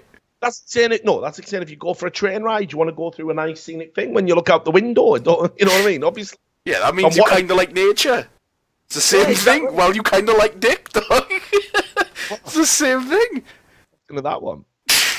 Anyway, look, let's get back to the safety pins. I'm sick of your ugly dick talk. Always with the ugly dick. Oh, you sound like that woman in the bar. But then, as I entered the scene, I began to learn about the hanky code. So you're talking about your sheet. I really can't remember too many details of what each one meant. My self-esteem was already so low, I didn't want to reduce my chances of getting laid even further by specifying what type of sex I preferred. Having said that, I did wear a safety pin from pretty early on to signal that I was into safe sex. Indeed, at one point, I had a 6-inch long red safety pin stuck through a buttonhole in my denim jacket. So this is, and it's got the hanky code in there. It's mad, like, right? Because it not only is it all different colors, it's if it's one on the left or one on the right. So check this out: if you had a beige handkerchief, if you wore it on the left, you were the rimmer, right? But if you wore it on the right, you are the rimmy. It says there, rimmy. Brown lace. On the left, you have an uncut dick. Brown lace on the right, you like uncut dick. And on it goes. You know. Yeah. Mad, right? There's some good ones here, actually. I didn't know about some of these. It's pretty crazy. I don't even know what a shrimper is. I remember the old suck my toes one. Have you heard that one discussed? The coral one means you got like a weird foot fetish or something. On the left. Don't know what the fuck's a shrimper is. No idea what a shrimper is. What do you think of this? Like, medium blue means you're a cop, but if you wear it on the right, it means you like to suck off cops, apparently. So, good yeah, on they're all sort of like the opposites, right? Mostly. Good on the boys in blue. So this is. Oh yeah, that must mean what shrimper is. Shrimper must mean you suck toes or something. Suck the shrimp. I don't know why it's called shrimp. But oh, that's supposed to do look a bit like shrimp. Yeah, kind of curved toe. Yeah, that's good, man. Shrimp. yeah. One of them's just called John. You yeah, whatever that is, right? John. Rust. If you've got a rust and you wear it on the left, it means you're a cowboy. But if you wear it on the right, it means you're his horse. Like, it's a bit weird. Too, I guess. I also don't like the term piss freak. What a beaut. The other one's just called pisser. Pisser, piss freak. It's unreal, isn't it?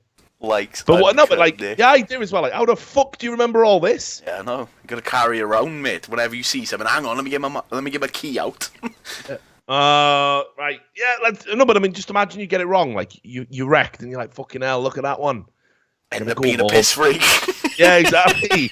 You think you're going home with a rimmer, but you end up with a piss freak. Think you're gonna be shrimping, end up drinking piss.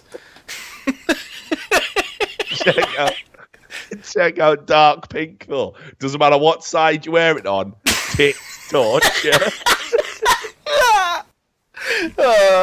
Doesn't matter what it's all this happening, mate. You are having your two-handed fisty. Jesus. Yes, appropriately dark red, like. Yeah. Oh, fucking hell. Maroon. But this is what I mean. This is why I keep trying to explain to people. Like, gay people have way more fun. Like, it's fucking great being gay. It's fucking awesome. Look at it. Absolute piss freak, like. Yeah. That's so mental. Right, absolute piss freak. Anyway, back to the... This one's just called dirty jock strap, right? So you have to wear a dirty jock strap, and then it just says... Has dirty jock strap. Has a dirty jock strap. Sound. Obviously I do. And then the other one just says, suckies them clean. Anyway, back to 4chan. So they literally started doing this. And... They said let's basically false flag them into thinking that safety pin is, you know, safe. Patrick Stewart wore it. How could Patrick Stewart not know? Surely Patrick Stewart must know. He knocks around with Ian McKellen and that, doesn't he? Maybe that's what he's doing. He's such a legend. Maybe he's just played into it. Yeah, maybe. But like, look, a safety pin literally means gay safe sex wanted, and and it blew up and became a thing. Even at the point where you saw in the last show, we had the Huffington Post fucking listen, white people, your safety pins are not appreciated. Yeah, you've all got fucking trolled again by 4chan, you fucking idiots. It just shows how dumb and mentally weak they are. Like, I will adopt this signal because I have been told that it is okay and cool and makes me a good person. Virtue signaling retards. So there you go. Anyway. Oh, God. That's buckled me, that. Could have done another hour on the fucking sheet, man. I know. Just me and you reading that sheet. I think that should be a show in itself, right? The pleasure chest. Yeah. So what? The bot. All right, it's got a phone number, and it just says mail order only 875 dildo. What the fuck? How did they get that? Mate. What a beauty of a number. Give it a call. One for still open. So so what else has been going on? Obviously, you know how there's a wage gap between men and women, and it's been debunked by loads of economists and loads of feminist thinkers and sociologists and everything else. But we still talk about it. And we still have to pretend it's real. Yeah. Right. Okay. Cool. Because if you say that it's not real, you're a sexist, obviously. Well, there's now, according to Bloomberg, a bisexual wage gap. Right. Check it out. And it even says in the headline underneath it, there's a bisexual wage gap, and it's probably due to discrimination. Probably is pretty big in that context, probably. So I think it's actually a great exercise in kind of showing how statistics can be misleading, because it just literally implies that because it's in their control group, in their test study of 10,000 people, because they found this trend, that it must be an actual trend. It must be a discriminatory trend. Now, keep in mind, where in a job interview has anyone ever asked you, so who do you fuck then? Never happened, does it? No. Also, on this graph, it also shows that there's no gender gap anymore. So we fixed that anyway. Yeah. That's gone now. Yeah, no, they just didn't get the memo. They're like, there we go, look, it's all fine, it's all sound. There is no gender gap. And I mean, this is obviously, it proves it's all about type of work, obviously. But like, because they were so het up and just wanted to drive this agenda about the bisexual thing, there you go. And look, just read what this PhD candidate at Indiana University says. The findings are suggestive of discrimination because I've accounted for all the reasonable explanations for why we have that gap. But why would it exist? And just read it like the gender wage gap, which we didn't find in this study. These pay discrepancies aren't due solely to discrimination. Take occupation choice, for example. Gay workers are nearly twice as likely to hold a bachelor's degree as are straight workers, and are therefore overrepresented in the top 15 highest paying professions. But within the world of high paying jobs, they get paid less. One study found that gay people choose professions that are atypical of their gender. Since female dominated fields tend to pay less, that may account for why gay men earn less. The opposite holds true for lesbian workers who select into male and therefore better paid fields. But then when it gets into this is talking about just homosexual stuff, just contextualizing. When it starts talking about the bisexual stuff, it's ridiculous because they're assuming discrimination right across the board. And he said in previous research, he'd found that bisexual men and women are viewed as more immature and dishonest and less capable and competent than gay or straight people. Which, again, I don't understand how you would ever know if an employee was bisexual. I don't understand where it would come up.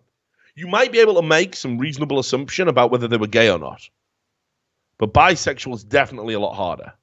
And not because of any outward way that you present yourself, but just because, let's say, for example, you're gay and you go to work and you are talking about a long-term partner that is also male, you might say, I was with my, boyfriend, I was with Dave. You might say something like that. You might forget to play the pronoun game and say I was, with my partner and they came out with me and we, you might forget to do that, right? Reasonably. And just let it slip. And people might go, oh, yeah, he's gay. Oh, it's all clicked now. Yeah, okay, cool. That's why he didn't want to, come out to the fucking titty bar that one time. Do you know what I mean? Like some shit like that, right? So for bisexual, like, there's no such thing, is there? Because you would had sex with a dude last night. Oh, you must be gay then. No, because I was having sex with a woman last week. But no conversation has ever gone like that in the history of the world. So I don't understand where, like, even your co-workers wouldn't know you were bisexual. So how the fuck would your bosses and the people who recruited you figure it out? Like, not unless you wrote bisexual on a form, which I can't even remember when I've ever had to fill my sexuality in when I've applied for a job. Never. I haven't. No, so strange thing. It kind of, it's got that reek of bullshit to me. It sounds like a terrible study conducted by someone that, kind of is, they found a trend and they're just like gonna, ride it till the ends of the earth, Maybe not. Maybe I'm wrong. But seems like nonsense. Right, let's have a look at this. Obviously, we can obviously delve into liberal hypocrisy, always a good topic. So let's do it. Let's get into... I think actually, yes. Let's have a look at Michael Shannon. You know Michael Shannon? I liked him. Yeah, one of the more interesting characters in Boardwalk Empire. Played General Zod. Did do that embarrassing, I will find him, which was really embarrassing. But fair enough, right? We all make mistakes. But I like Michael Shannon. Yeah, he's in an underrated movie, actually. What's it fucking called? Something Shelter. Is it Take Shelter? Let me just... Oh, God, what's it called? Take Shelter. It is Take Shelter. It's actually an underrated movie. I kind of liked it. Thought it was all right, actually. Thought he was good in it. Another one made by Jeff Nichols, directed by Jeff Nichols. Google it again, I guess. I can Google it if you want. Well, it's all right, mate. I'll just answer your question for you. Yeah, it is. Yeah, brilliant. Underrated movie. Underrated movie, mate. And he decided, and this was according to a report in Vulture, and I'll give you the link to that. Basically, he tweeted out that, Trump supporters need to die. Yeah. Well, let's have a look. I'll read you some of the tweet. He said, if you're voting for Trump, it's time for the urn. And if your parents... It's time for the urn, Sam. And if your parents voted for Trump, fuck them. You're an orphan now. Don't go home. Don't go home for Thanksgiving or Christmas. Right? And I think there was some other stuff. I think he said some other shit, man. Oh, yeah, and he did an interview with Metro News where he called it the United States of moronic fucking assholes. Which kind of seems like a poor way to address the cinema going off, audience that'll be enabling you to appear in films. Kind of seems like, don't say that. So yeah, and he blames the fucking senior citizens, So there you go, another celebrity, and they wonder why they lost the election, right? Huffington Post as well. Yeah, Huffington Post, obviously always good for a laugh. They have an app. They covered a story on an app that splits the bill so white men in the group just pay more. Yeah, this is true. It's called Equitable, like equitable, you see? Yeah, good. Good name. So it goes, Equitable automatically adds a surcharge for high privilege groups, subsidizing meals for other people in the group. So, and it says, according to the Institute of Women's Policy Research, I'm going. Yeah. Women in America won't be paid as much as men for the same work for another 100 or so years. But thanks to a new app, we can even the playing field. That is, when we go out to eat. The app, called Equitable, is designed to split group restaurant bills based on gender and racial wage gaps. So if you're a white man brunching with a black woman and a Latina, be prepared to pay a little extra for that avocado toast. Hey, it's not our fault. It's the patriarchy. So there you go. So thought that was good. And you can get it. It's actually available to download. When I first saw it, I thought it might be satirical. It's not. It's a thing. They've tried to play it off like it's humorous. Yeah, it's still real. It still does exactly what it says it does. So, who's been here? What else? Okay. We had a Labour politician. I should have brought this up earlier with the Milo interview. This is according to the Twitter of Dick Dellingpole. He caught this one, as did Guido Fawkes. This is the Labour politician, Anna Turley, who has supported anti-violence campaigns. So you can see, supporting the Men Anti-Violence White Ribbon Campaign, supporting men to speak out against violence to women and girls. And she tweeted at Channel 4 News to say to Cathy Newman, how did you not punch Milo in his smug, smirky face? Very restrained, right? Because you obviously have to restrain yourself. That's very restrained. Yeah, you have to restrain yourself to not perpetrate violence against an interview subject on your TV show. So, pretty crazy. Right. I thought this story was interesting. In fact, no, we'll end on that one. Let's have a look at this. I couldn't believe this. I got sent this by a friend. So just to show you how fucking, just unbelievable these fucking liberals are. There's a Twitter account called Every Trump Donor. And this has been around since December 2015. But just recently, what it's been doing is it takes information from the Federal Election Commission, right? And it publishes that they have donated, the names of people who donate money to Trump. But here's where it gets a bit more weird and fucked up, because you can find this information. We did it for Casey Neistat and his cronies, so obviously you can get this.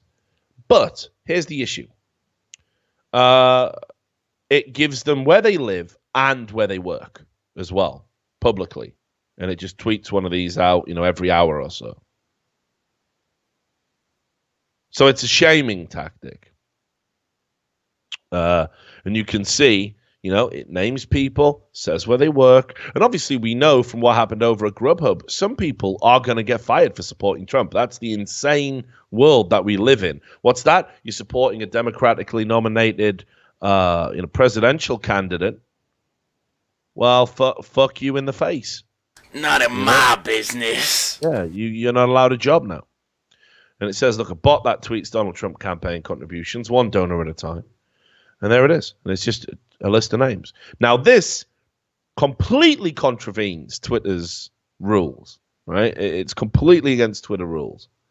And yet it is there. It has been there all this time. I've certainly reported it.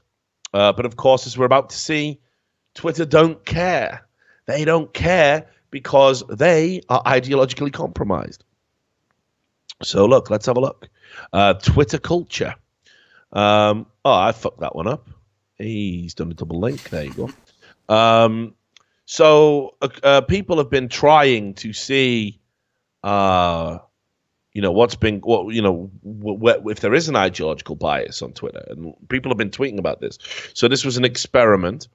One tweet was issued: I fucking hate black people, and they're inconsiderate asses for voting for Clinton. Fuck you. Now, obviously, this is racist. If you say you hate black people, I mean, that's pretty racist, right?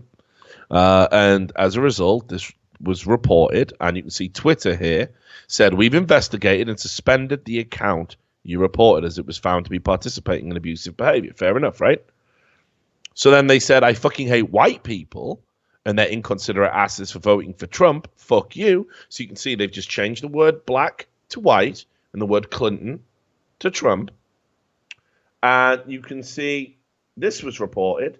We reviewed your report carefully and found there was no violation of Twitter's rules regarding abusive behavior. It's kind of stumped me, Sam. Because I kind of feel like saying you hate an entire race of people, whatever that race might be, is racist. Racist? Yeah? No? Yeah? I think so. Yeah. And then, of course, same week, an account called Jared Wyand, hopefully I'm pronouncing that correctly, he put a tweet out showing that his account had been locked because he said Islam is the virus. So in a tweet, he said it's not about Islam. Islam is the virus. It's who is injecting it. But it actually sounds to me like a very anti-Islamic statement. I think what he's saying there, if I'm interpreting it correctly, is that the religion isn't the problem. It's the people who have appropriated the religion and using it for their own devices, right? Because he says it's who was injecting it. But his account was locked, and he had to speak to a moderator. And he said, to unlock your account, you must delete the tweets that are in violation of our rules. And violation of the rules include harassing other users, threatening other users, disclosing other users' private information, cough, cough, Trump donors, and violating our other rules. Yet, when he shows in his Twitter feed a huge list of people who say Christianity is the virus, Christianity is cancer, things like this. It's I say just a huge list of it. I'll read them all to you. It's pretty fucking crazy that certain religions are deemed to be okay. Christianity is a virus spread through intimate contact. Christianity is a deadly virus. It was only offensive insofar as Christianity is a virus of the world, and Christ is its worm-like patient zero. Spreading Christianity is a virus. Oh, by the way, to me, Christianity is a virus because of its indoctrination. Christianity is a virus. Destroys minds. Christianity is like cancer woven through yourselves. Christianity is regressive and oppressive. Lots of opinions flying around. Honestly, believe what you believe, but my opinion is that Christianity is a cancer. Christianity is cancer. White people in Christianity are cancer. Christianity is fucking ass cancer. So that's the list. None of those accounts suspended. So again, when we say on this show, I mean mainly me, I don't think I've ever heard the words come out of Sam's mouth, but I know he agrees. Just at the time he married that snake. That this is, it's bullshit. That they have a clear ideological slant. They do not treat people equally. They believe in this gibberish that, we fucking, we redefine the meaning of words. We redefine the meaning of words. So when you say it's racist because it's insulting white people, we just turn around and go, you can't be racist to white people. Wait, but you hate me based on race. Yeah, but you got power and privilege. But I don't. I'm just a regular guy. See, shitlord, you're male. You fucked, aren't you? You lose the argument every time. Motherboard. This is perhaps one of the most, unless it's some elaborate troll in itself, I think this is one of the most seriously mentally ill articles I've ever seen written. Pretty good. I can only assume it is a joke. And if it is, Paul Spencer, I salute you. But if it isn't, you are fucked in the feet. Ill. You are ill. He wrote an article, Trump's occult online supporters believe meme magic got him elected. So now we're linking Trump to the occult. Meme magic.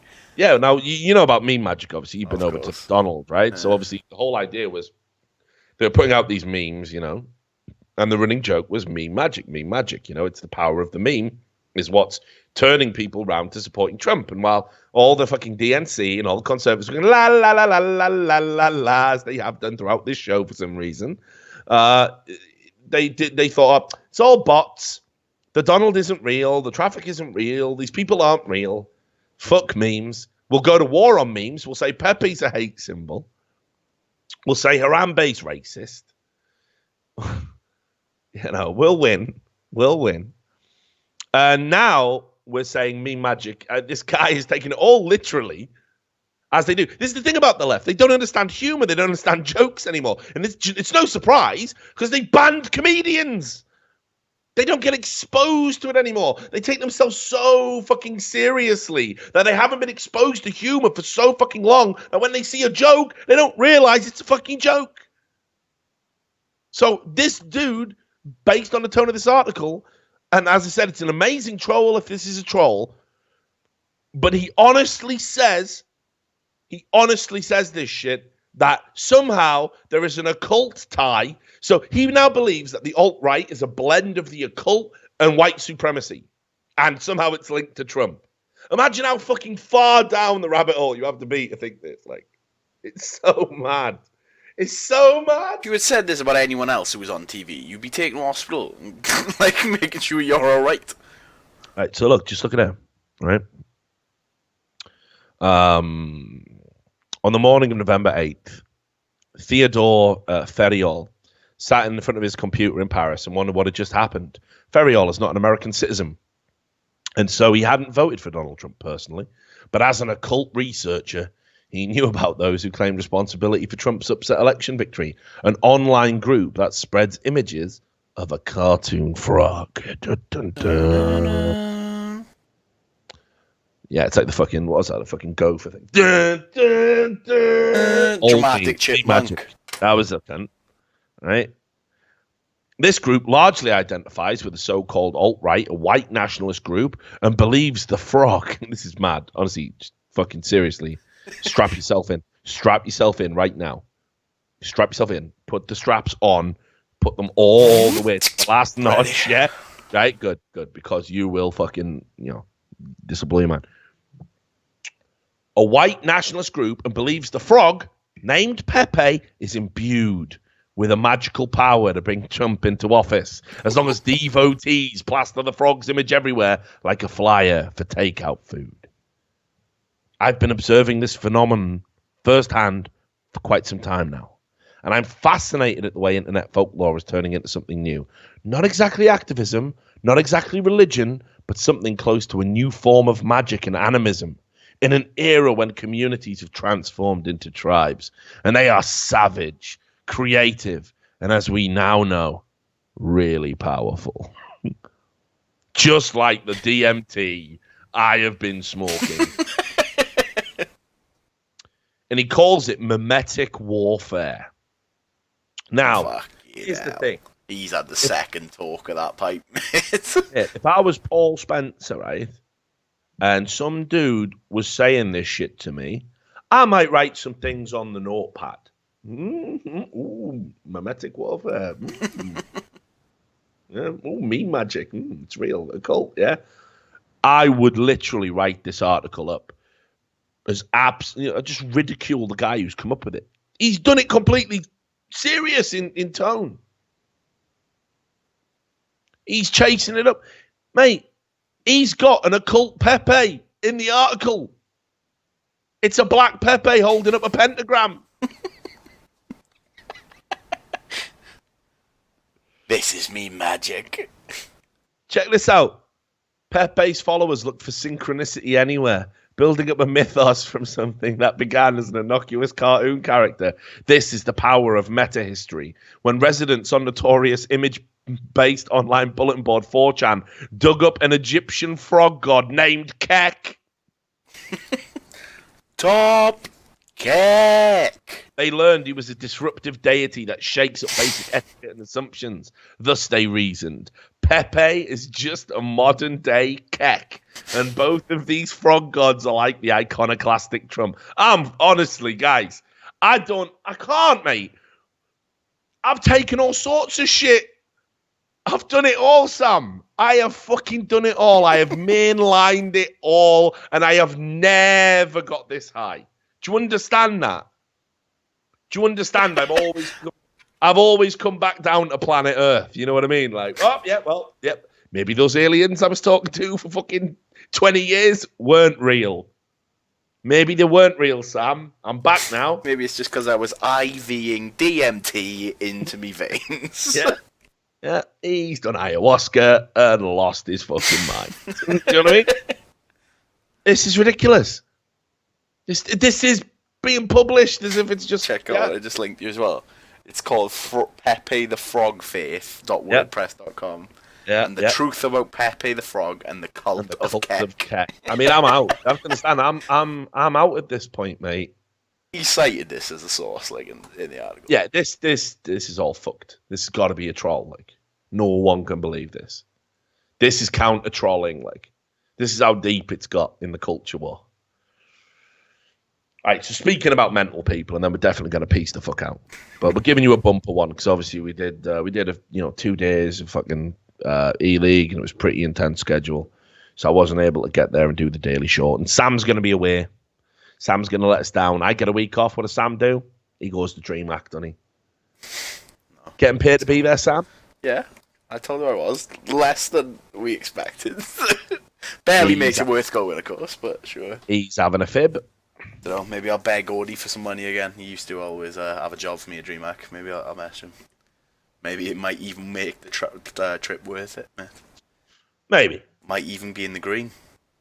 You do know you could stay here and actually make money by doing some shows, though. Yeah. You could just literally beg for donations. No, it is what you do, right?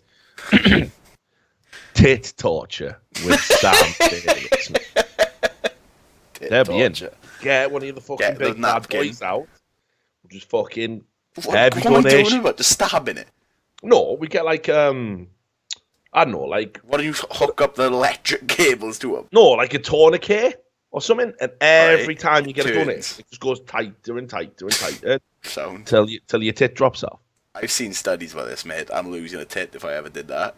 I've seen it when they studies. I have. I've only seen it. Like, I think Darren Brown did it once, so maybe where they put a cat in a box. No, he didn't. I don't remember that one. Not tit torture. Darren Brown does tit torture. When was that one? No. I just meant things general. They put a kit in a box, and if you press that button, the next minute cat dies, and everyone would just press and then just see if cat dies. Right, fucking hell! I thought you were talking about fucking Darren Brown on tit torture, man. I have done all sorts of mind control. I have caught a bullet in my mouth. I have rigged the outcome of a lottery. I have predicted the results of a horse race. But tonight, I face my greatest challenge when I will undergo tit torture. There's no way, is it? It's not going to happen. You're the top is Russian roulette bit, that will, myth. And he is a mind bender, though, so there is that.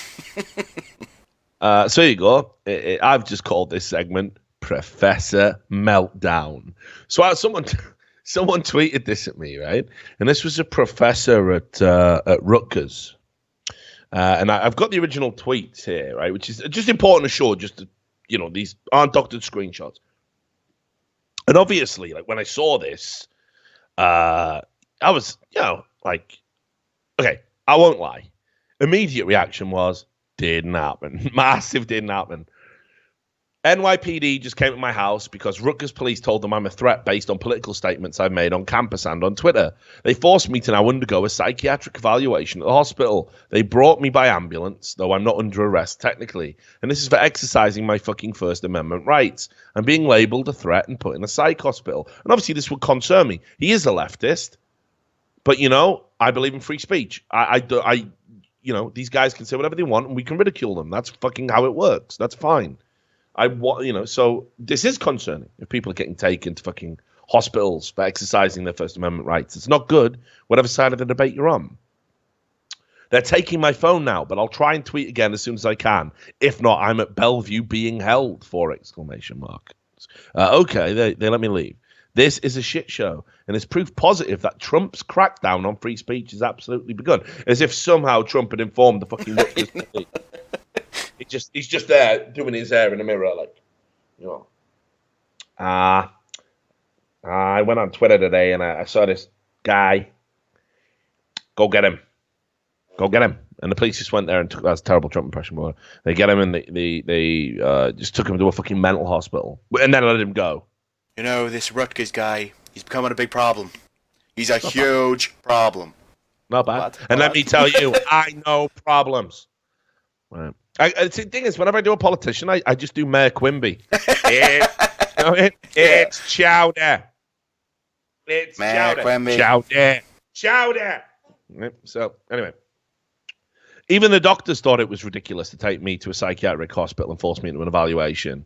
I'm pretty sure they didn't. That's why they did it. They don't do it because the police tell them to do it. They do it because they think you're fucking mental. They do it because they think you're having an episode. They have to do it. It was fucking intimidation. By whom? For what purpose?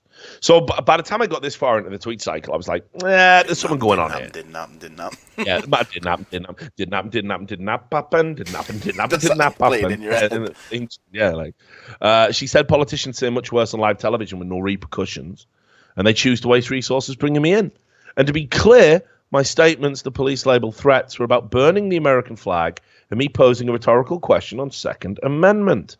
So then I was like, here we go. Oh, he's trying to shoot someone or something. Second Amendment, he's been talking about the gun. And we all know the liberals are ready for a motherfucking race war. We all know that, Bitch, right? I'm ready for a motherfucking race war. We all know they love to fucking shoot because they're so tolerant. The tolerant left. So here it is. Here it is. This was where it went wrong, right? And just a word of advice to anybody who has Twitter. Much like that CEO who, fuck it, I'll bring something about him. That CEO from that company that threatened to shoot Trump and said, bring it on, Secret Service. He's got fired. And probably will be prosecuted. Just like that dude. Don't go on social media saying you are going to shoot people or intimate you are going to shoot people in a country where people's right is to have firearms. Right? Because this dude could have a gun.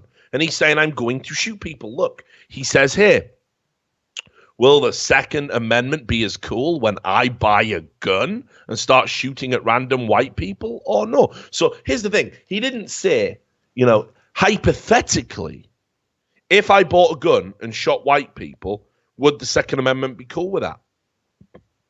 Didn't say that. He literally says, when I buy a gun, I am going to do it. And even if he did say that, it would have been equally dumb to say, of course. Oh, it is. Wouldn't have got arrested. And then he's like, again, classic liberals. Classic fucking liberals, like Homer with the beehive. They're defending themselves somehow. Yeah, this is how it works. This is society. This is how it works, right? You don't go on social media and say, yep, guess what? I'm going to shoot some white people to prove a point. You're getting wrecked, aren't you? Of course you are. And he's a professor. He goes to schools. Think about school shootings. Think about what you're fucking saying, you fucking idiot. And he even has the nerve to say, right, he reinterprets what he said. He goes, I said, would conservatives care as much about the Second Amendment if guns killed more white people? You did not fucking say that.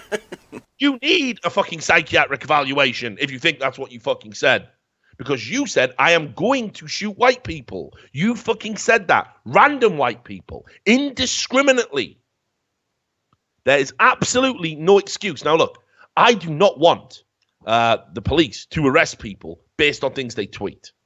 Absolutely fucking not. I think it's a waste of police time a lot of the time. And we all remember that case with that guy who made a joke and said he was going to blow up an airport because it delayed his flight and treated him badly. And it was clearly a joke. And, there was no reason to think you would have done anything like that. But, obviously, this is a little bit different to that. This is a little bit different to that. And to try and play off this idea that, the police have come, it's a campaign of intimidation. You ran in public, said you were going to randomly start shooting white people. You fucking moron. This is a professor, by the way.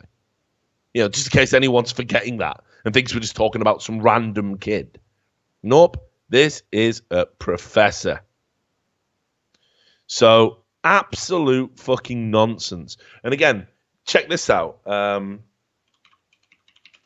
got to find this one. I didn't have it originally planned in the show. But this is unreal. I couldn't even believe this quote. Here it is. So this was on 100%fedup.com, probably soon to be labeled fake news. But they interviewed the dude, that CEO, right? And check this. Like, the guy said, CEO who threatened to kill Trump with sniper rifle says his life has been turned upside down. Oh, poor you. Right? You're threatening to assassinate a president. Right? And he says, just check it out. I'm incredibly apologetic for that. I don't know. It was a very, very dumb thing to do, and I regret it very much. I'd take it back if I could. Harrigan said he was drunk when he wrote the absurd comments on election night. He said most of his friends knew he was just being over the top with his distasteful joke. And then he said it started to trend very, very quickly. It started spiraling, and I was blown away. Now, again, let's just be clear. Death threats against anyone are against the law. You aren't allowed to do them. I know this seems silly because obviously you have to factor in whether or not they're credible, okay? But that is in fucking saying that you think, yeah, I'll just do this in public. Nothing bad could come of this. And then to complain about it afterwards is ridiculous. Yeah, the remark at the end as well. Although he said the threats he made against Donald Trump were a joke, he has taken the threats against his family seriously. Yeah, as do everyone else who gets them. Yeah, exactly. It's weird that, innit, right? Weird. And people are threatening me now, and it's maybe, yeah, fucking welcome in the club, motherfucker. This is how it is. Threats are bad. Threats are bad. You fucking pleb. All right, now, just to end on a happy note, all right, and wrap this fucking shit show up. Obviously, you remember we were one of the few places that had that video of that Trump supporter being beaten by those guys. You remember after that fender bender, guilty, you would vote Trump, and they fucking steal his car, right? You remember that one? Mm-hmm. Well, good fucking news. Thanks to that video, which YouTube tried to suppress, refused to host on the grounds that it went against their terms of service, just like the video of the fucking homeless woman trying to defend Trump's star getting assaulted went against their terms of service. But obviously, whenever a fucking liberal snowflake gets fucking mad triggered, it doesn't go, or even vaguely assaulted, it doesn't go against their terms of service, obviously. Thankfully, this story has a happy ending. And again, it's very important we take stories from start to completion. You can see here, Fox 32 News. Those 4 people who beat that guy have all been charged, right? All been charged over in Chicago.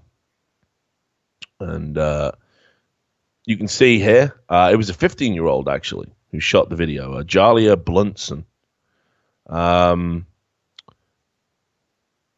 this story, if you scroll down at the bottom, I think there's even a bit, you can see the video again, just in case you missed it, because obviously YouTube have been suppressing it. But Jalia is a fucking great patriot, because obviously as a 15-year-old girl in that company, she could have been intimidated. She stood firm, calmly filmed the attack, and was being told to basically like get involved or whatever. After the attack was over, she helped the guy and handed over her phone to police. That's a real fucking American right there. Good on you, Jalia. The 4 people involved in the beating, they have been charged with, I believe it was aggravated assault or something like that. So, a happy ending. And also, if you happen to be in that area at the time, you have any information, it's even got a phone number in there if you want to get involved. Detectives are still compiling information to strengthen their case. But I think that video is going to be more than enough ultimately. At the end of the day, I think they're going to be fucked. And you know what? I think it's hilarious because for people that don't like an orange man, you're going to be wearing orange. You fucking scumbags. Enjoy it. So there you go. That's the show. That's the Daily Show. God, there was lots to cover there, Sam. It went on a bit longer than I thought, mate. It's pretty long. It's good. Pretty long, wasn't it? Yeah, it's good, though. Good quality. Make up for the skipped. High quality content. High quality content. It's a shame all our subs have been removed. Sneakily. Right? Yeah, shame everyone ad blocks as well. Shame I'm on £3 a day. Yeah. Well, you're the one going to DreamHack. You could have been here like tit torture and dancing for pennies. Like, yeah. Could have been here making scratch. Could have been me. Could have been you, but it wasn't. So anyway, just sort tits, mate. So yeah. Anyway, so that's the end of the show. Obviously, there's going to be more. We're going to try and get back to as daily as we can do. We might even record sneakily a bunch in advance, and then we might even broadcast them as if they were live. Right? We don't know. Never going to know if we're live or not live anymore. Yeah, exactly. Mate. Like, no one expects the Spanish Inquisition. But regardless, we obviously appreciate you supporting the channel and supporting the content. Put a like, put a comment, make sure you are subscribed, tell your friends to subscribe, and we'll see you next time. Peace.